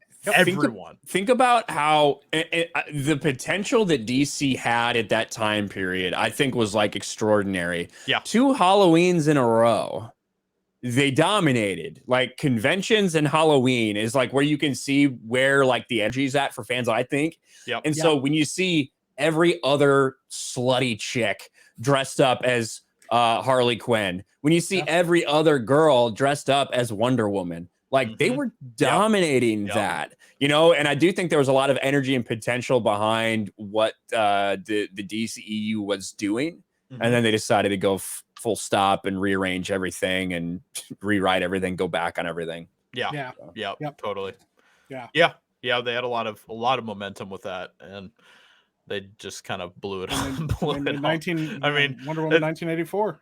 Yeah. I mean, Warner Brothers is kind of is pretty good at that, to be honest. Just kind of like completely just blowing franchises. Like they do that so much. They're doing it with obviously with like Fantastic Beasts right now. They did it with The Hobbit. Like they literally had The Hobbit that they could have made an awesome trilogy, and they just were like, no, we're not even gonna like do pre-production for this film. We're just gonna go straight into production for this thing.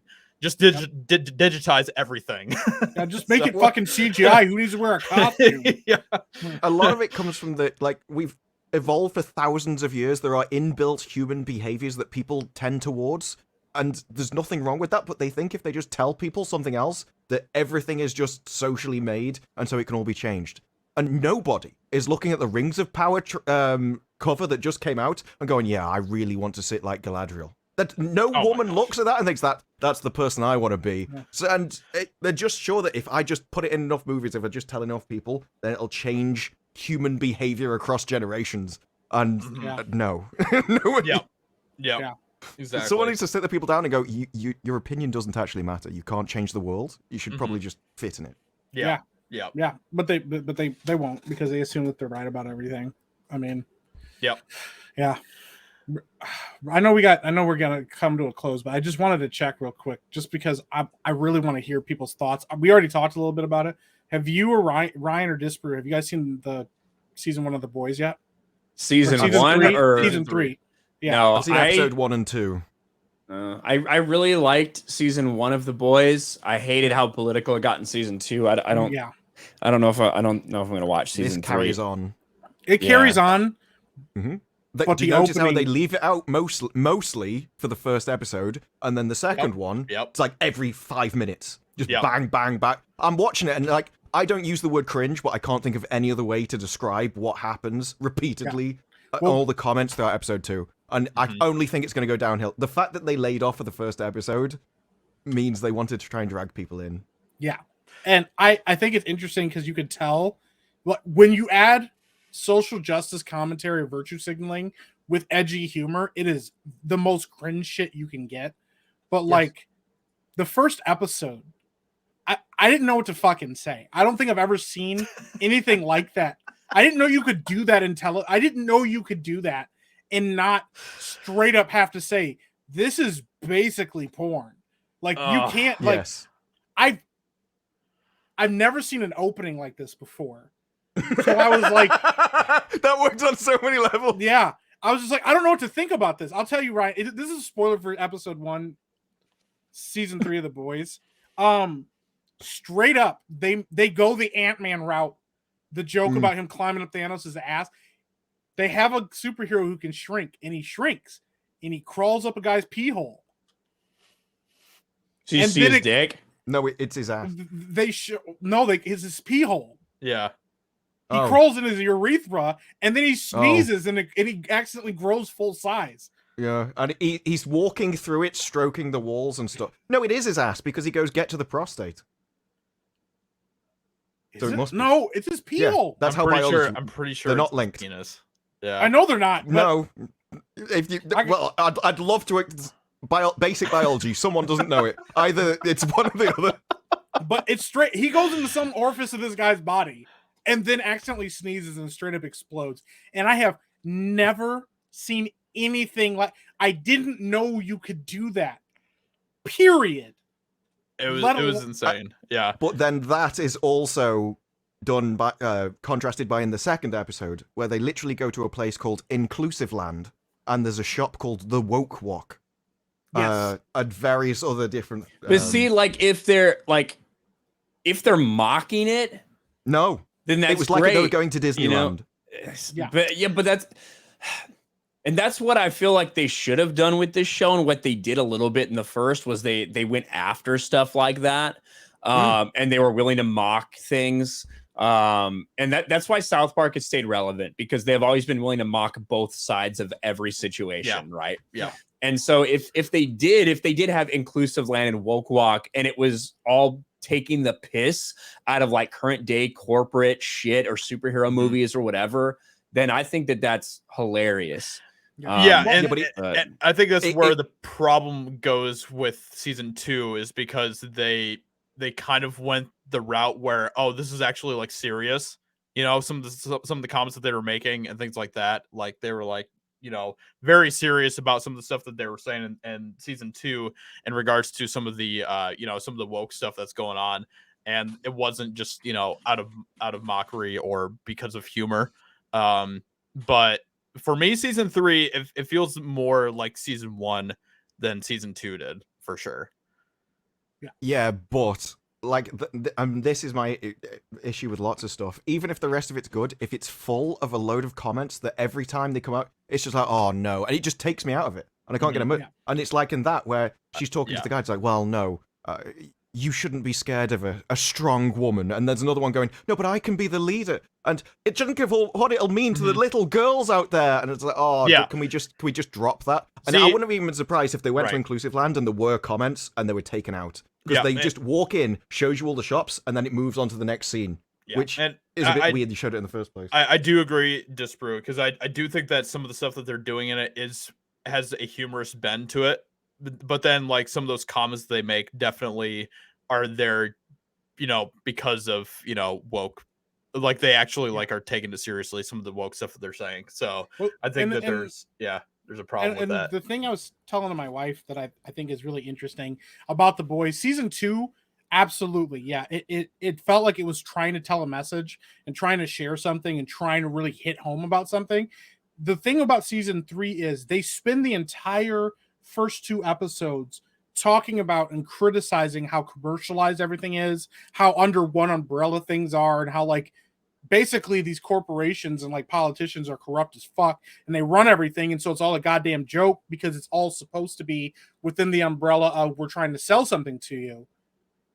And then they make the social commentary that they do. The thing is, it's owned by Amazon, so the company that they're calling out is literally the company that produced this. So that's the thing. I'm like, they're either really, really stupid and don't realize that the very thing that they're mocking, they're mocking themselves for as well, or it's like a way of mocking both sides by saying, yeah, we get that there's like political commentary and social comment, because like in later in episode 3 they basically tell like a woman, they tell her, hey, listen, like you're gonna have to kind of like fucking bite it and do something you don't want to do because we need this fucking information, so like get over it. And she's like, are you serious? And they're like, yeah, like we've all had to do it. I don't know what the fucking problem is.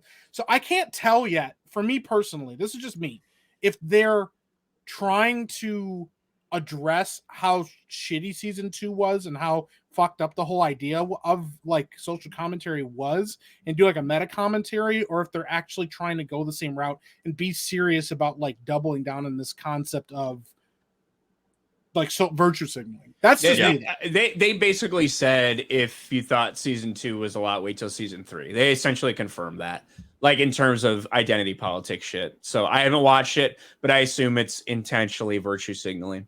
Gotcha. Yeah. I mean, yeah, And- go ahead, Disru.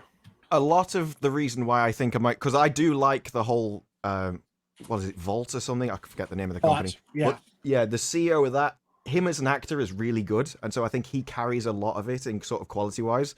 And I do like that angle of the story, but the fact that episode 2, and I haven't seen episode 3 yet, is already worse. Season 2 was the same. It got worse as the show got on, and then till it built up to the finale. Yep. Oh, And I fully expect this to go the same way. After you watch episode 3, you'll see that they're pretty much doing exactly what they were doing in season 2. So, yeah. yep. Well, there you go. And that's the thing for me. Even if the rest of it's good, if you put that in, it because it takes me out of it, I can't like the rest. Yeah. Yep. Yeah. Yeah, I over it liked all. episode 1 for season 3 because it felt like season 1 in a lot of ways. Yeah. But then I do agree, disprove, they keep on kind of going back to like, the social commentary type stuff that they were doing in season 2. So yeah.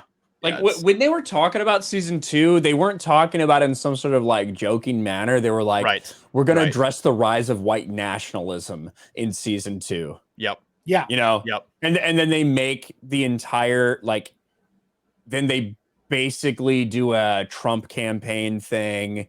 They do it's all Trump analogies. There is season 2. in Yep. episode 2 of this. There's one of the certain superheroes focuses around guns. He's a complete parody Yes. of everything they hate. Yep. So Yep. and Exactly. there isn't anything the other way. I don't think when they're talking about this stuff, it is a joke. I don't think the woke what was a joke because they walk in and they're all like enjoying it. There's no negative comment or joke or anything about it. So I've taken all the comments as if they're intended to be serious. Yeah, The only reason that maybe that's to me that speaks how stupid the writers are, because the thing is too, when you go to the gun show, it's owned by Vought.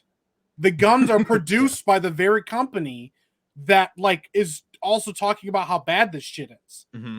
Yeah, and I think the thing that points out that scene is, social commentary, and it's not there as like satirical. It's because you have Butcher in that scene sitting there, and he's someone that has literally used guns in the show, and he's rolling his eyes at the comments that the the pro gun people are making throughout the entire thing. Yeah. So and then later uses a gun. Yeah. Right. And the thing is, those comments aren't like they weren't that out there. They were presented in an over-the-top way, but you could easily have seen any of those comments on Twitter. It was just standard things that people would have said. Yep. So Exactly. I think that's what the writers believed. Yeah. Yeah. Yep. Yeah. It was just weird. I mean, it was a weird thing. Like I said, episode 1 definitely. I agree with Josiah. I felt like a lot more like season 1, but part of me is like, okay, do you realize how stupid the commentary is? Because you're literally saying everything is run by the corporations, and yet you're making political commentary behind the guise of a corporation. Right. Right.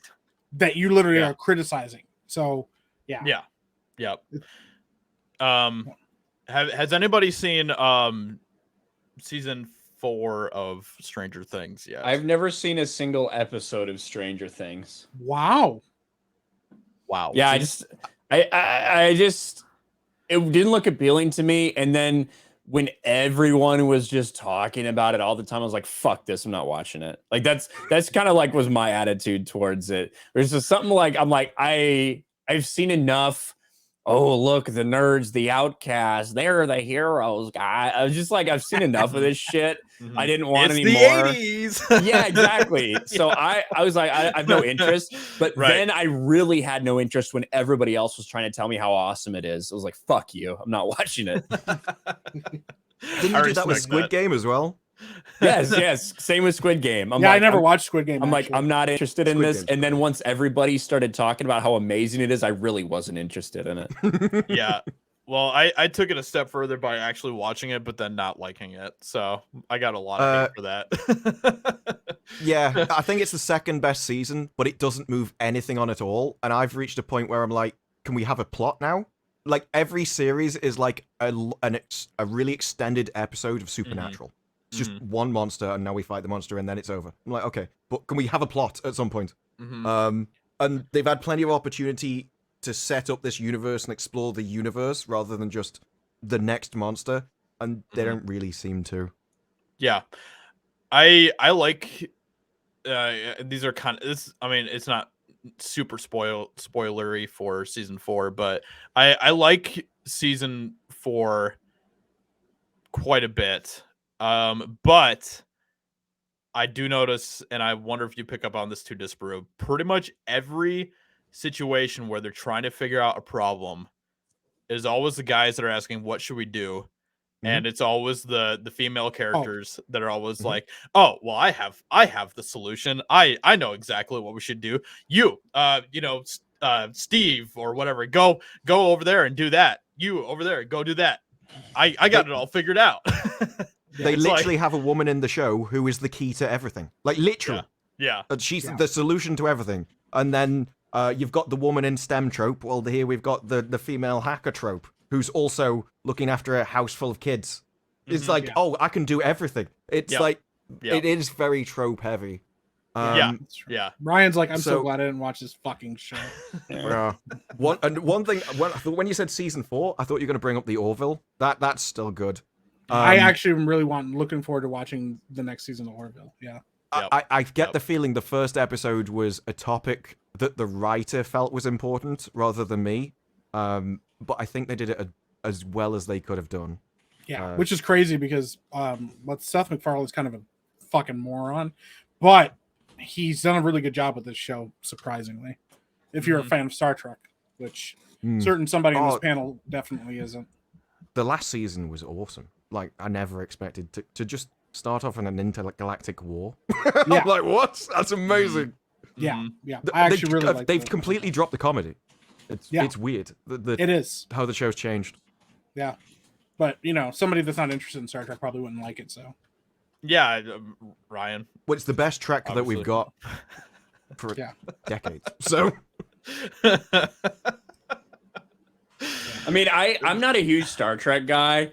I like the original series. I've watched bits and pieces of Next Generation, which I liked, but I just never really cared about it all that much. Yeah. But yeah, I'm glad I'm not a Star Trek fan. Like I'm glad I'm not a huge Oh, Star well, Trek fan.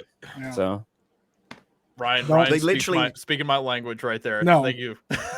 Picard took like one of my favorite sort of nemesis from any show in the Borg, and now they're taking over the universe for peace and love. I'm like, Yeah, what? friends and fun. Yeah, What are friends you and fun doing? time. Yeah. You're like, wait, what? Yeah. Listen, I don't want to hear it from you, Josiah. I am gatekeeping you. You're not allowed to talk about Star Trek. Oh man, no, I mean Star Trek is it's okay. No, I wouldn't don't. say that it has Don't. the as far as its cultural impact, I think it's pretty minuscule. But you motherfucker, I hate you so. You said to cut it instead of the fucking Fast and Furious franchise on Twitter. He literally said if he had to choose between those two franchises, to cut fucking Star Trek. Oh yeah, instead of the I would Fast and absolutely- Furious. I would absolutely kick Fucking Star Trek family. out of the door immediately. Yeah, get Star that Trek- out of here. Oh my mother, you piece. I'm so angry right now with you. I almost threw my phone across the room when I saw that. I couldn't believe it. Well, you can't do that because if it wasn't for Star Trek, you wouldn't even have that phone, Mike. You wouldn't even have that phone. I wouldn't. You're right. So I'm allowed to throw my phone. You're There not allowed literally was no one that ever would have invented a phone without Star to. Trek. It wouldn't have been So. like the phones we have now because Star Trek inspired them. It's a huge cultural impact. Yeah. Vin Huge. Diesel and his family, with his Huge. CGI Paul Walker. My Hey, favorite you- thing about Star Trek Hey. when it comes to like interfaces though is that all of their touchscreens are just touchscreens and like pressing random buttons, and everyone just prefers keyboards because there's tactile feedback. Yeah. The amount of times they would just like accidentally detonate the ship or something because there's no buttons to press and they press the wrong series of Right. and you can tell anything. I want to turn left 90 degrees and like how complicated a system are you using? Like, it's two hands typing. You need to sort out the UI. Listen, All I know is that the message of family don't is a fucking much do this. more important message. I'm so fucking mad at you right now, dude. They witnessed he used a car to bungee jump off a cliff onto another cliff, Family. and the car It's all still about ran. family. They went into. We made a joke about them going to space, and they did. They were like, the only other place to go is to space, and then Vin Diesel was like, "That's a really good idea. Let's go to space." Yeah, well, now we have Brie Larson to look forward to as the next big milestone. This is what happens when you don't for- if you don't stop it before it gets out of control. You invite. See, Brie that's why Larson. he won't kick that out of the universe. He just wants to make more Brie Larson videos. That's like his only idea. Yeah, that's why he's like, if I had to choose, I'm making more money off of Brie Larson than I am off of Star Trek. That's true. God, you make me so mad. You make me so angry. The Common Nerd, thank you for the $2 super chat. Love the hat and glad to see your internet is working. Thank you, Common Nerd. Appreciate that. I appreciate that a lot. And let's see here. We have Mark Hendricks. Thank you for the $5 super chat. Such a great panel tonight. I have really enjoyed the stream. Great job tonight, guys. Star Trek aside. Thank you so much, Mark. I really, really, truly appreciate that so much. Thank you so much. And then we have Mr. Kirk with a $5 super chat. I'm a big fan of the original series. The first Never season guessed. of TNG. Maybe the first season of Picard, but I dislike the Orville. Not a fan. Oh, Damn. interesting. Wow. Don't you- fucking do that. Stop. Go ahead, Disparu. What were you gonna say, buddy? I was going to say, did you watch past the first series? Because if you only saw it as a comedy show, it does change and become more Star Trek and more like Star Don't. Trek as it goes on. I have a feeling they sold it to the company as a comedy show to get it past the door, and then the moment he was like, oh, loads of people watching it, he got to make the show he actually wanted to make, which is more serious. Yeah, show. you kind of got to get past that first initial Stop. Don't. Well, no, he knew he was known as a comedy writer, so he pitched a comedy show because it was his. Don't. Ryan's just completely just tuned down right now. He's like, Yeah. I don't care about any of the Star Trek. He's like, I have work to do. Well, I was like Stranger Things and Star Trek. I'm a little detached. I haven't watched This any is of why I that go. shit. This is why I go when you talk about like Star Wars directors. I Yeah, have yeah. no idea about that. No, Wow. Ryan, let me just ask you this really important question to kind of close out the stream with tonight. Yeah. If you could kick Star Trek or Fast and the Furious out of the door, never to be seen again by humanity, which one would you destroy? Fast and Furious. They're not good movies. Well, all right. Well, I love how you thought you were going to win that. You could ask anyone on Earth, you're not going to win. I love that he fucking. Well, I don't know. The all right, only well, person who might let's agree cut with that- you let's is cut Mazza, that but out- apart end from off that, there with Yeah. Well, at least the one thing we do know for sure with Ryan, which he's been a great guest, is if he had to choose between killing either me or Disparu, he's going for Disparu every time. Well, yeah, and personally, I still think you were as equally to blame in that whole thing as I was. Well, yeah, but you shouldn't have fought. That's why I like when you went after he's going to a completely different room. So I have the opportunity to kill Disparu. And honestly, if Disparu had gone away and you were there, I would have killed you too. But Disparu deserved it a little bit more. I'm just pissed off that the women interrupted me killing you. that's fair. Because you were dead. Like, I had you dead. And even though you had an advantage on me health-wise and probably style of combat-wise, I still almost got you. Well, I didn't use a couple things that I had at my disposal because I felt like my character wouldn't. Like, I didn't smite you or anything. So I was like, well, I thought you were I kind of thought you were like out of spells or something. no, I had one more to go, and Okay. one of them does a lot of fucking damage. But to me, if you're using smite, you have to actively be thinking about, I'm going to engage my religious faith right now in this fight against somebody that I'm doing. And he did not have that level of like hatred towards you. He was more just pissed. And he's like, we're fighting now. So, but yeah, I was like, the thing that got me, because I was surprised you weren't more angry at the girls as well before, because they were like, oh no, we tried to stop it. They really didn't. Like, throwing down grease isn't trying to stop, someone killing somebody. Oh, and they did the 100%. same thing in that. It was a load of people standing around doing nothing as they watch two of their friends just go at it with swords.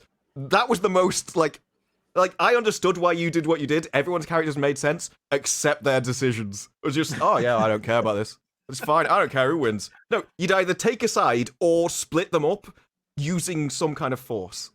And like teleportation, I'm going to teleport you over there. Okay, I'm going to walk teleport back the and carry fucking on. rogue. That's not to doing the other anything. side of the room where he could grab a fucking bow and shoot me, and now I'm at a severe disadvantage unless I cut through both unless I cut through both the girls to get to him, because that was Yeah, the next thing I was like, yeah, It was I really mean, dumb. Like, yeah. it's just like we are playing with women, which is always a problem, but also people who've like never played D&D. Yeah. And I've only played once, but I kind of understand how it works. I think that they just didn't really know what to do. You know what I mean? Yeah. In like every sense of the word. So I think that's part Yeah. of the reason why it went down the way it did. Mhm. Yeah. But even if you're Yeah. role-playing yourself, like, I feel like you'd choose a side or violently split people. Even if it's just like, okay, we're just going to knock You have both to of you choose a out. side. You have to choose a side. I agree. Yeah. Yeah. and they were like, our side is to not let you guys fight. And Yeah. I'm like, that's not a side. I actually think Oh it's my more gosh, evil yeah. to stand by and watch two people attack each other than it is to take like a moral stance on it, no matter which Right, side it right. was. Yeah. Right. Yeah. Like, to just not care is like, wow. I mean, it makes it way less interesting too, you know, just in general. So Yeah. story wise. So yeah. Yeah. I mean, you're not wrung. Yeah, it was a rough go for everybody. Yeah.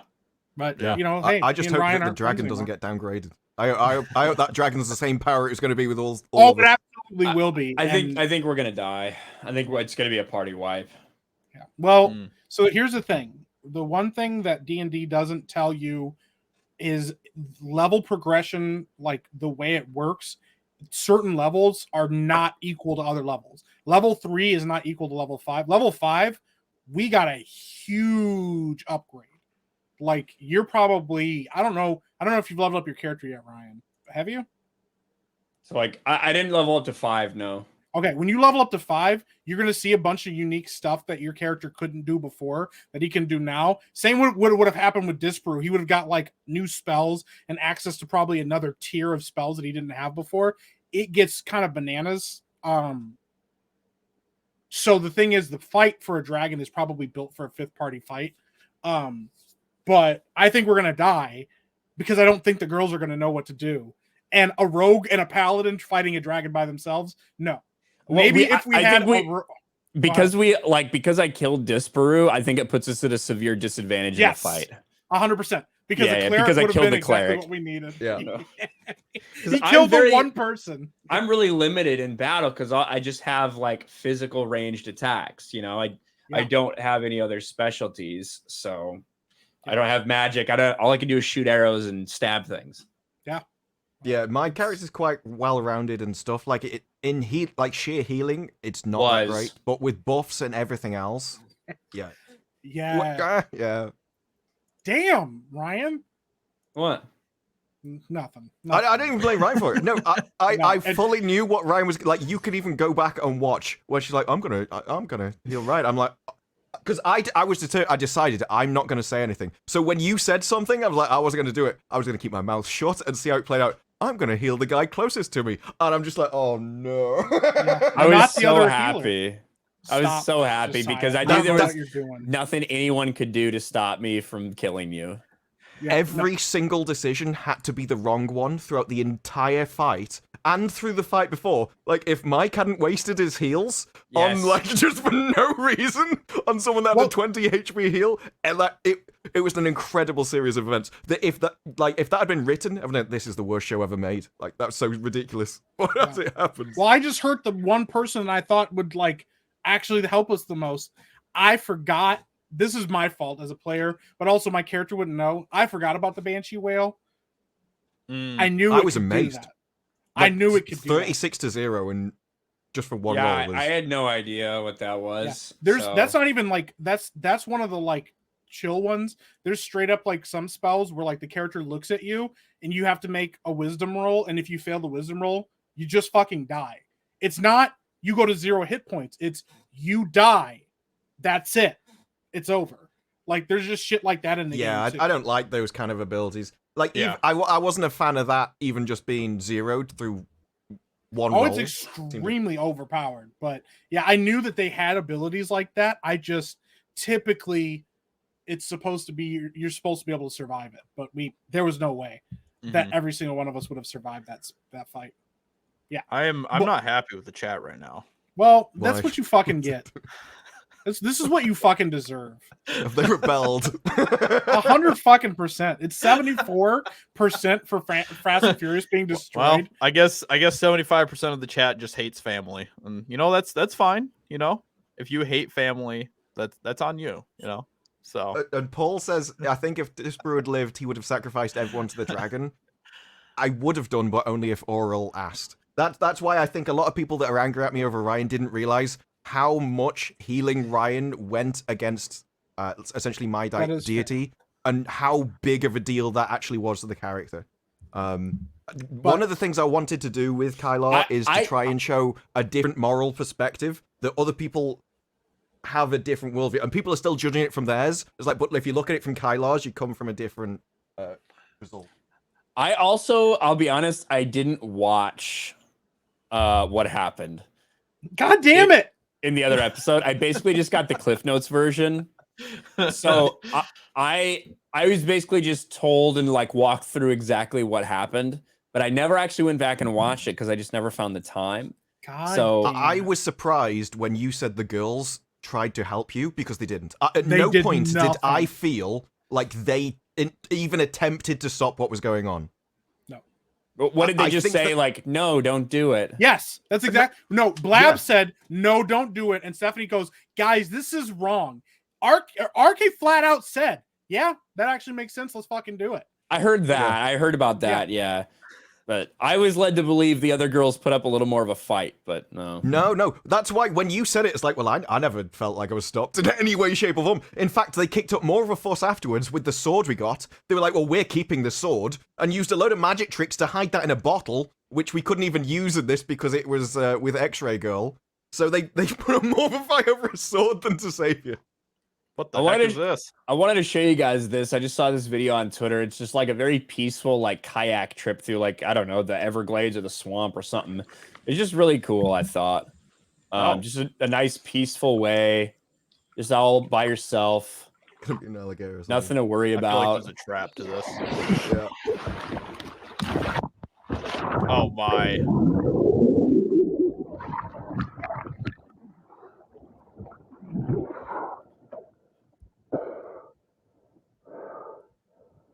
I'm so fucking scared right now.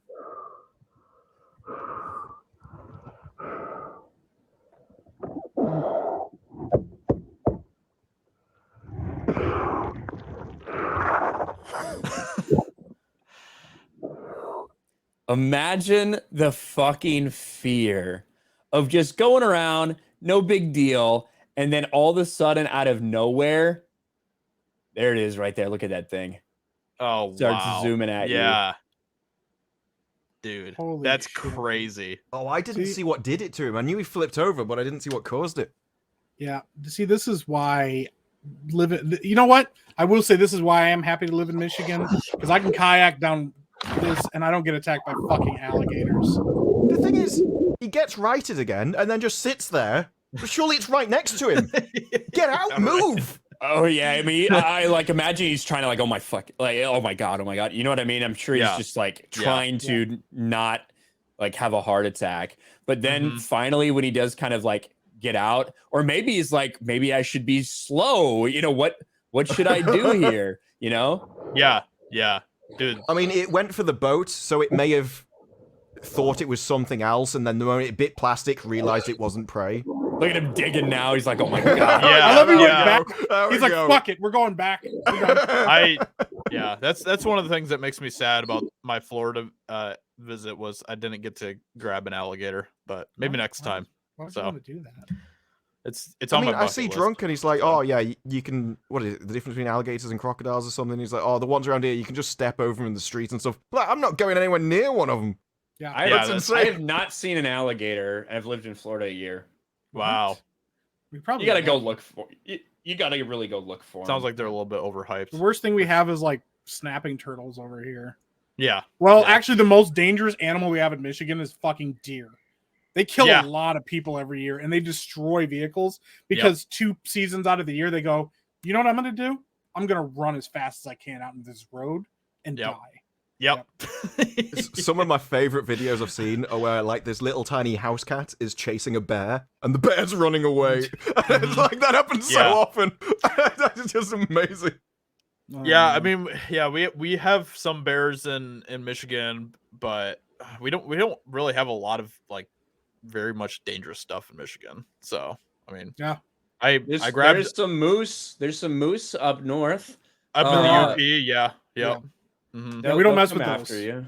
Yeah. The UP is definitely a whole different ball game up there. If you were to ask me, would I rather get attacked by an alligator or a moose? I'll pick the alligator every time. Well, even We used to- in just like northern lower peninsula, there are some moose from time to time. I've seen them. I don't. Pretty far up there, but yeah. Nice. Yeah, we used to Nice. have dangerous animals over here, and then we just killed them all. So it's like, that's how you get a safe The most country. British thing ever. They were like, "Hey, we don't really Now- like this. We can." Now you just have refugees. Well, yeah. They did say they were going to start importing, but like you're like, maybe we should introduce wolves to wolves back into the countryside. Why? No, I don't think we need to be running from more stuff. We need to introduce wolves to stop the migrants from raping everyone. Just put wolves on the Put it around streets. London and Birmingham, it'd be fine. Put wolves on the streets so everyone stays inside and no one stabs or rapes people.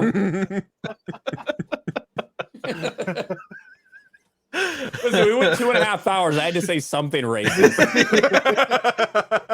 Oh shit! Man. Oh man. Mo Zamboni, thank you for the $5 super chat. Look, personally, I love Fast and Furious. 20 years ago, I watched the OG movie on DVD at my apartment with an easy girl and got my wee-wee sucked. Star Trek never did. Shit. There you go. That's a great core memory. I man. mean, I honestly, he unlocked a core memory there.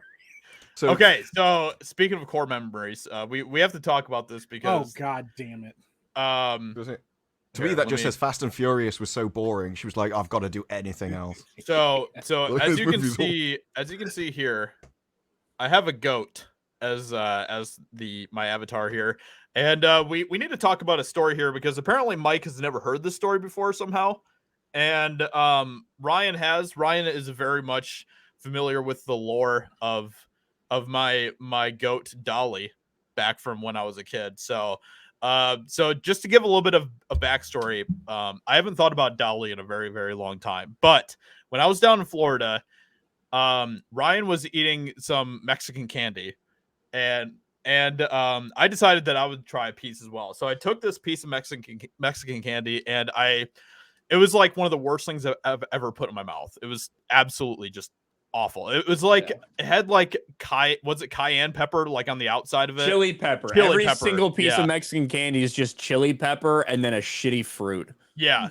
So it was like a hard fruit candy, but it was like completely just caked in this chili pepper, and it was disgusting. It was absolutely terrible. So I was like, gnawing away on this candy and stuff, trying to get through the basically concrete layers of chili pepper to get to something that was even remotely sweet. And as I was going away at this, I somehow like sniffed it just because I was like curious, and I sniffed it and I was like, wait a second, it smells like a freaking goat. And so I'm just like sitting there sniffing it, and then Jeremy's like, "Why are you sniffing the candy?" And I was like, "Smell it. It smells like a goat." And then Ryan was like, "Wait, how do you how do you know what a freaking goat smells like?" And so then you asked because I was like because I had a goat when I was a kid, and you're like, "How?" Let's see. You asked, "How did I was like, die?"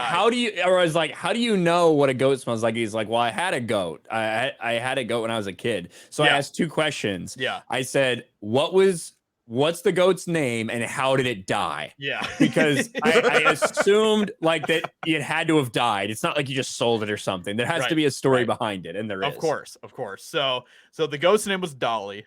This was back when I was like 6 or 7 years old, and Dolly was this goat that we had that we had her in like a pen, and whenever you would get in the pen with Dolly, she would immediately try to like smash you with her head. She would like try to headbutt you. So like I would play this game as a kid with my friends where we'd get into the pen with her, and we would literally like let this goat chase us around to try to smash us, and whoever got like whacked last basically won the game. So that was kind of the game that we'd play with Dolly. Dolly was awesome. And unfortunately, Dolly had this habit of eating things that she wasn't supposed to eat. So she would eat like pretty much anything that you would put into the pen.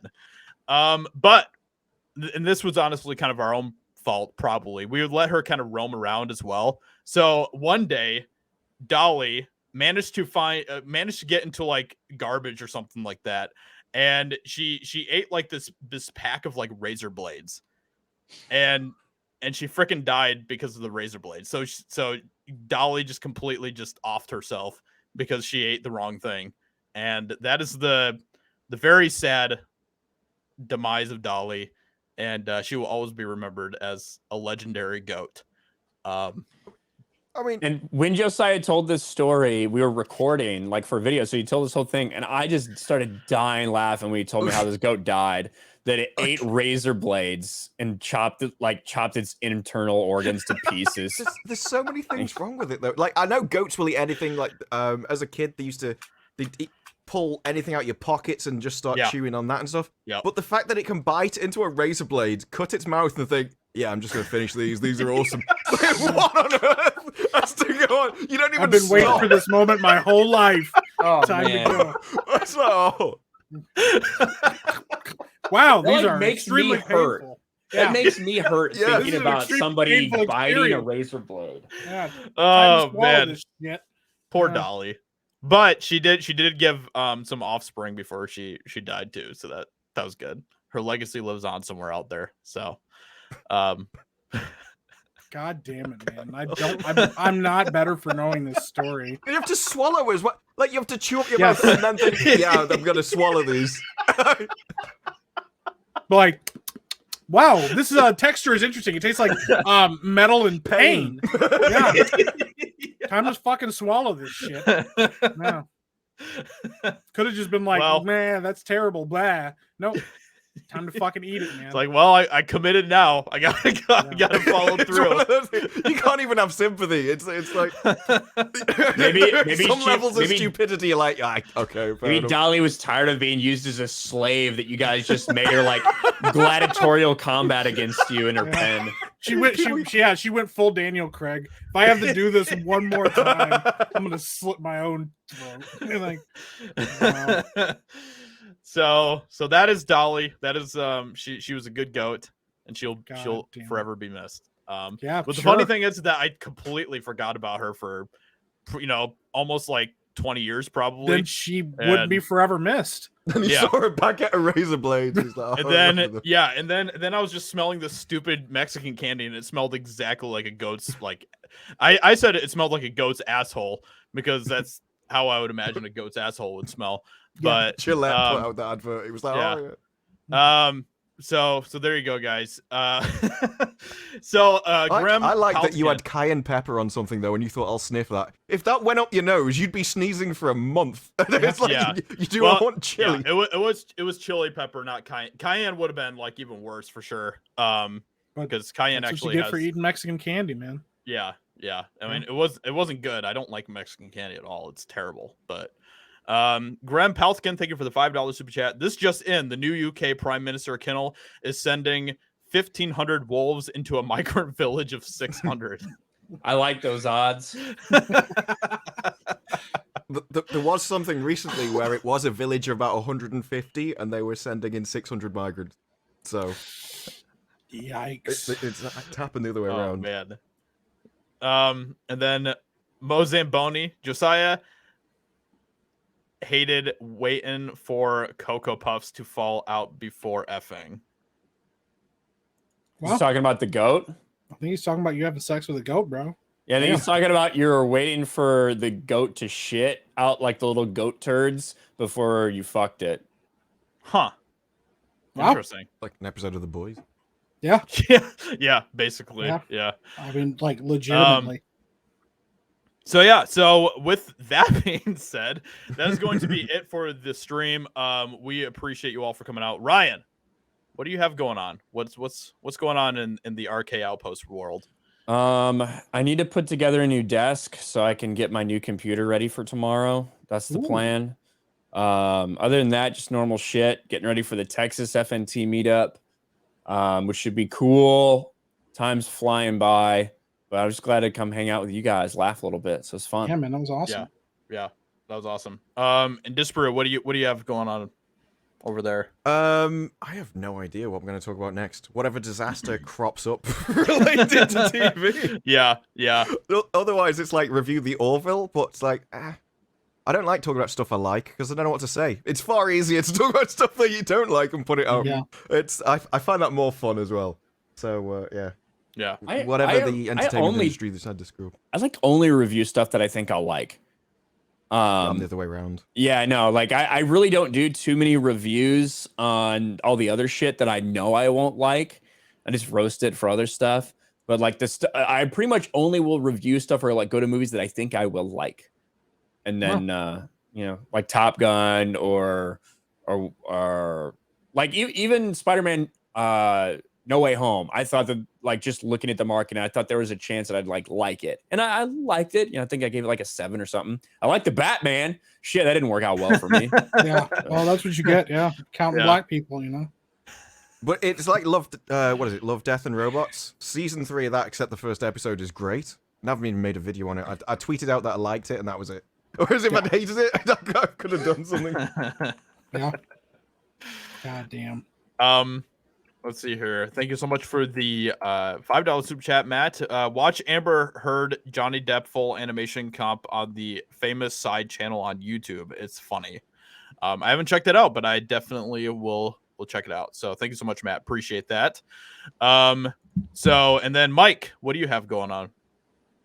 I fuck if I know. You can always check me out on Twitch. I'm always doing something over there. New season of Fortnite just dropped. I'll probably check that out because just like everybody else is doing, playing more Call of Duty because they keep fucking up everything over there. But yeah, and then pretty soon here, check out the Epic Verse. I'm always involved behind the scenes on that stuff. I'll be on this stream every Saturday. Always come back. I'll be on Tuesday night's main event unless Jeremy still has the Florida gay, and then I won't be on there because he doesn't feel good. But hey, you can check me out everywhere. I'll be around doing something. Mike is everywhere. Oh, and then Shovel in be sure to hand. check out always shovel in hand. Check out this Thursday on the Geeks and Gamers tabletop channel. The finale of our D&D game is happening. It's going to be a really good time. Lots of crazy shit. May end with me and Ryan killing each other. Who knows? Mm-hmm. Yeah, I'm gonna watch it and hope you'll die, except you, Mike, because That's fair. you're the only one that stuck up for me. Yeah. Well, I'd be go. lying if I said I didn't take a bunch of shit to like spells and shit to keep me alive during that fight. And if everybody else dies, I'll leave. I'll fucking go. I'm all for that. Is that would be really the what your perfect character thing. You would just do, walk though? off.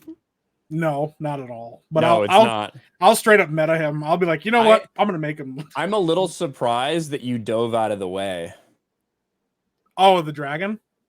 It's only because I literally had 8 hit points left. Well, I know And he he would have knew- killed you. Yeah, he knew in that moment my character was like, I won't survive this fight, so I'll live to fight another day. And then when he saw like Kylar get carried off, he's like, well, that's I guess chaos of the universe or something. See, I was really Yeah. hoping that I was a witness to that so I could call you a coward. Yeah, that's fair. It would have been pretty great. That would have went really well. Mo Zamboni with the $5 super chat. Thank you so much, Mo. In all honesty, I appreciate your guys' content. It has inspired me to start my own channel, The Dapper Dork. I'm going to grind and give it my all. That's awesome, Hell dude. yeah.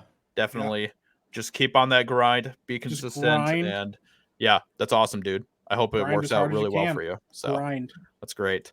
Yeah. Yeah, and so yeah, I think that about wraps it up. Thank you so much, everyone, for coming out. Talk about the fucking poll. Just say it. Well, the chat's been asking you for the fuck. Okay, It was 71% All right, said all the right, Fast Mike, and Furious all right, should be all right. destroyed. 71%. Okay, yeah. Well, chat. It was rigged. I don't know who rigged it, but someone rigged it. And Yeah. You got a load of votes as well. You can't say it was like, oh, it was only like 3 people. You know who rigged it was Vin Diesel. It's his fault. I've never heard Josiah not know what to say. He's like, well, just fuck all of y'all that You know didn't what? like it. I'm disappointed with everyone, but that's okay. I'm still right because I Don't believe worry. in the family. So Brie Larson will save the franchise. It's fine.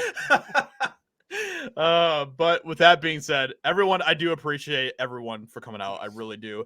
You all are awesome, and I'm very appreciative of Disbrew and Mike, and of course Ryan for taking the time to come out and make some awesome stuff happen. So thank you so much. Have a great rest of your night, everyone, and we'll catch you all in another stream soon. So have a good night. Bye. Bye.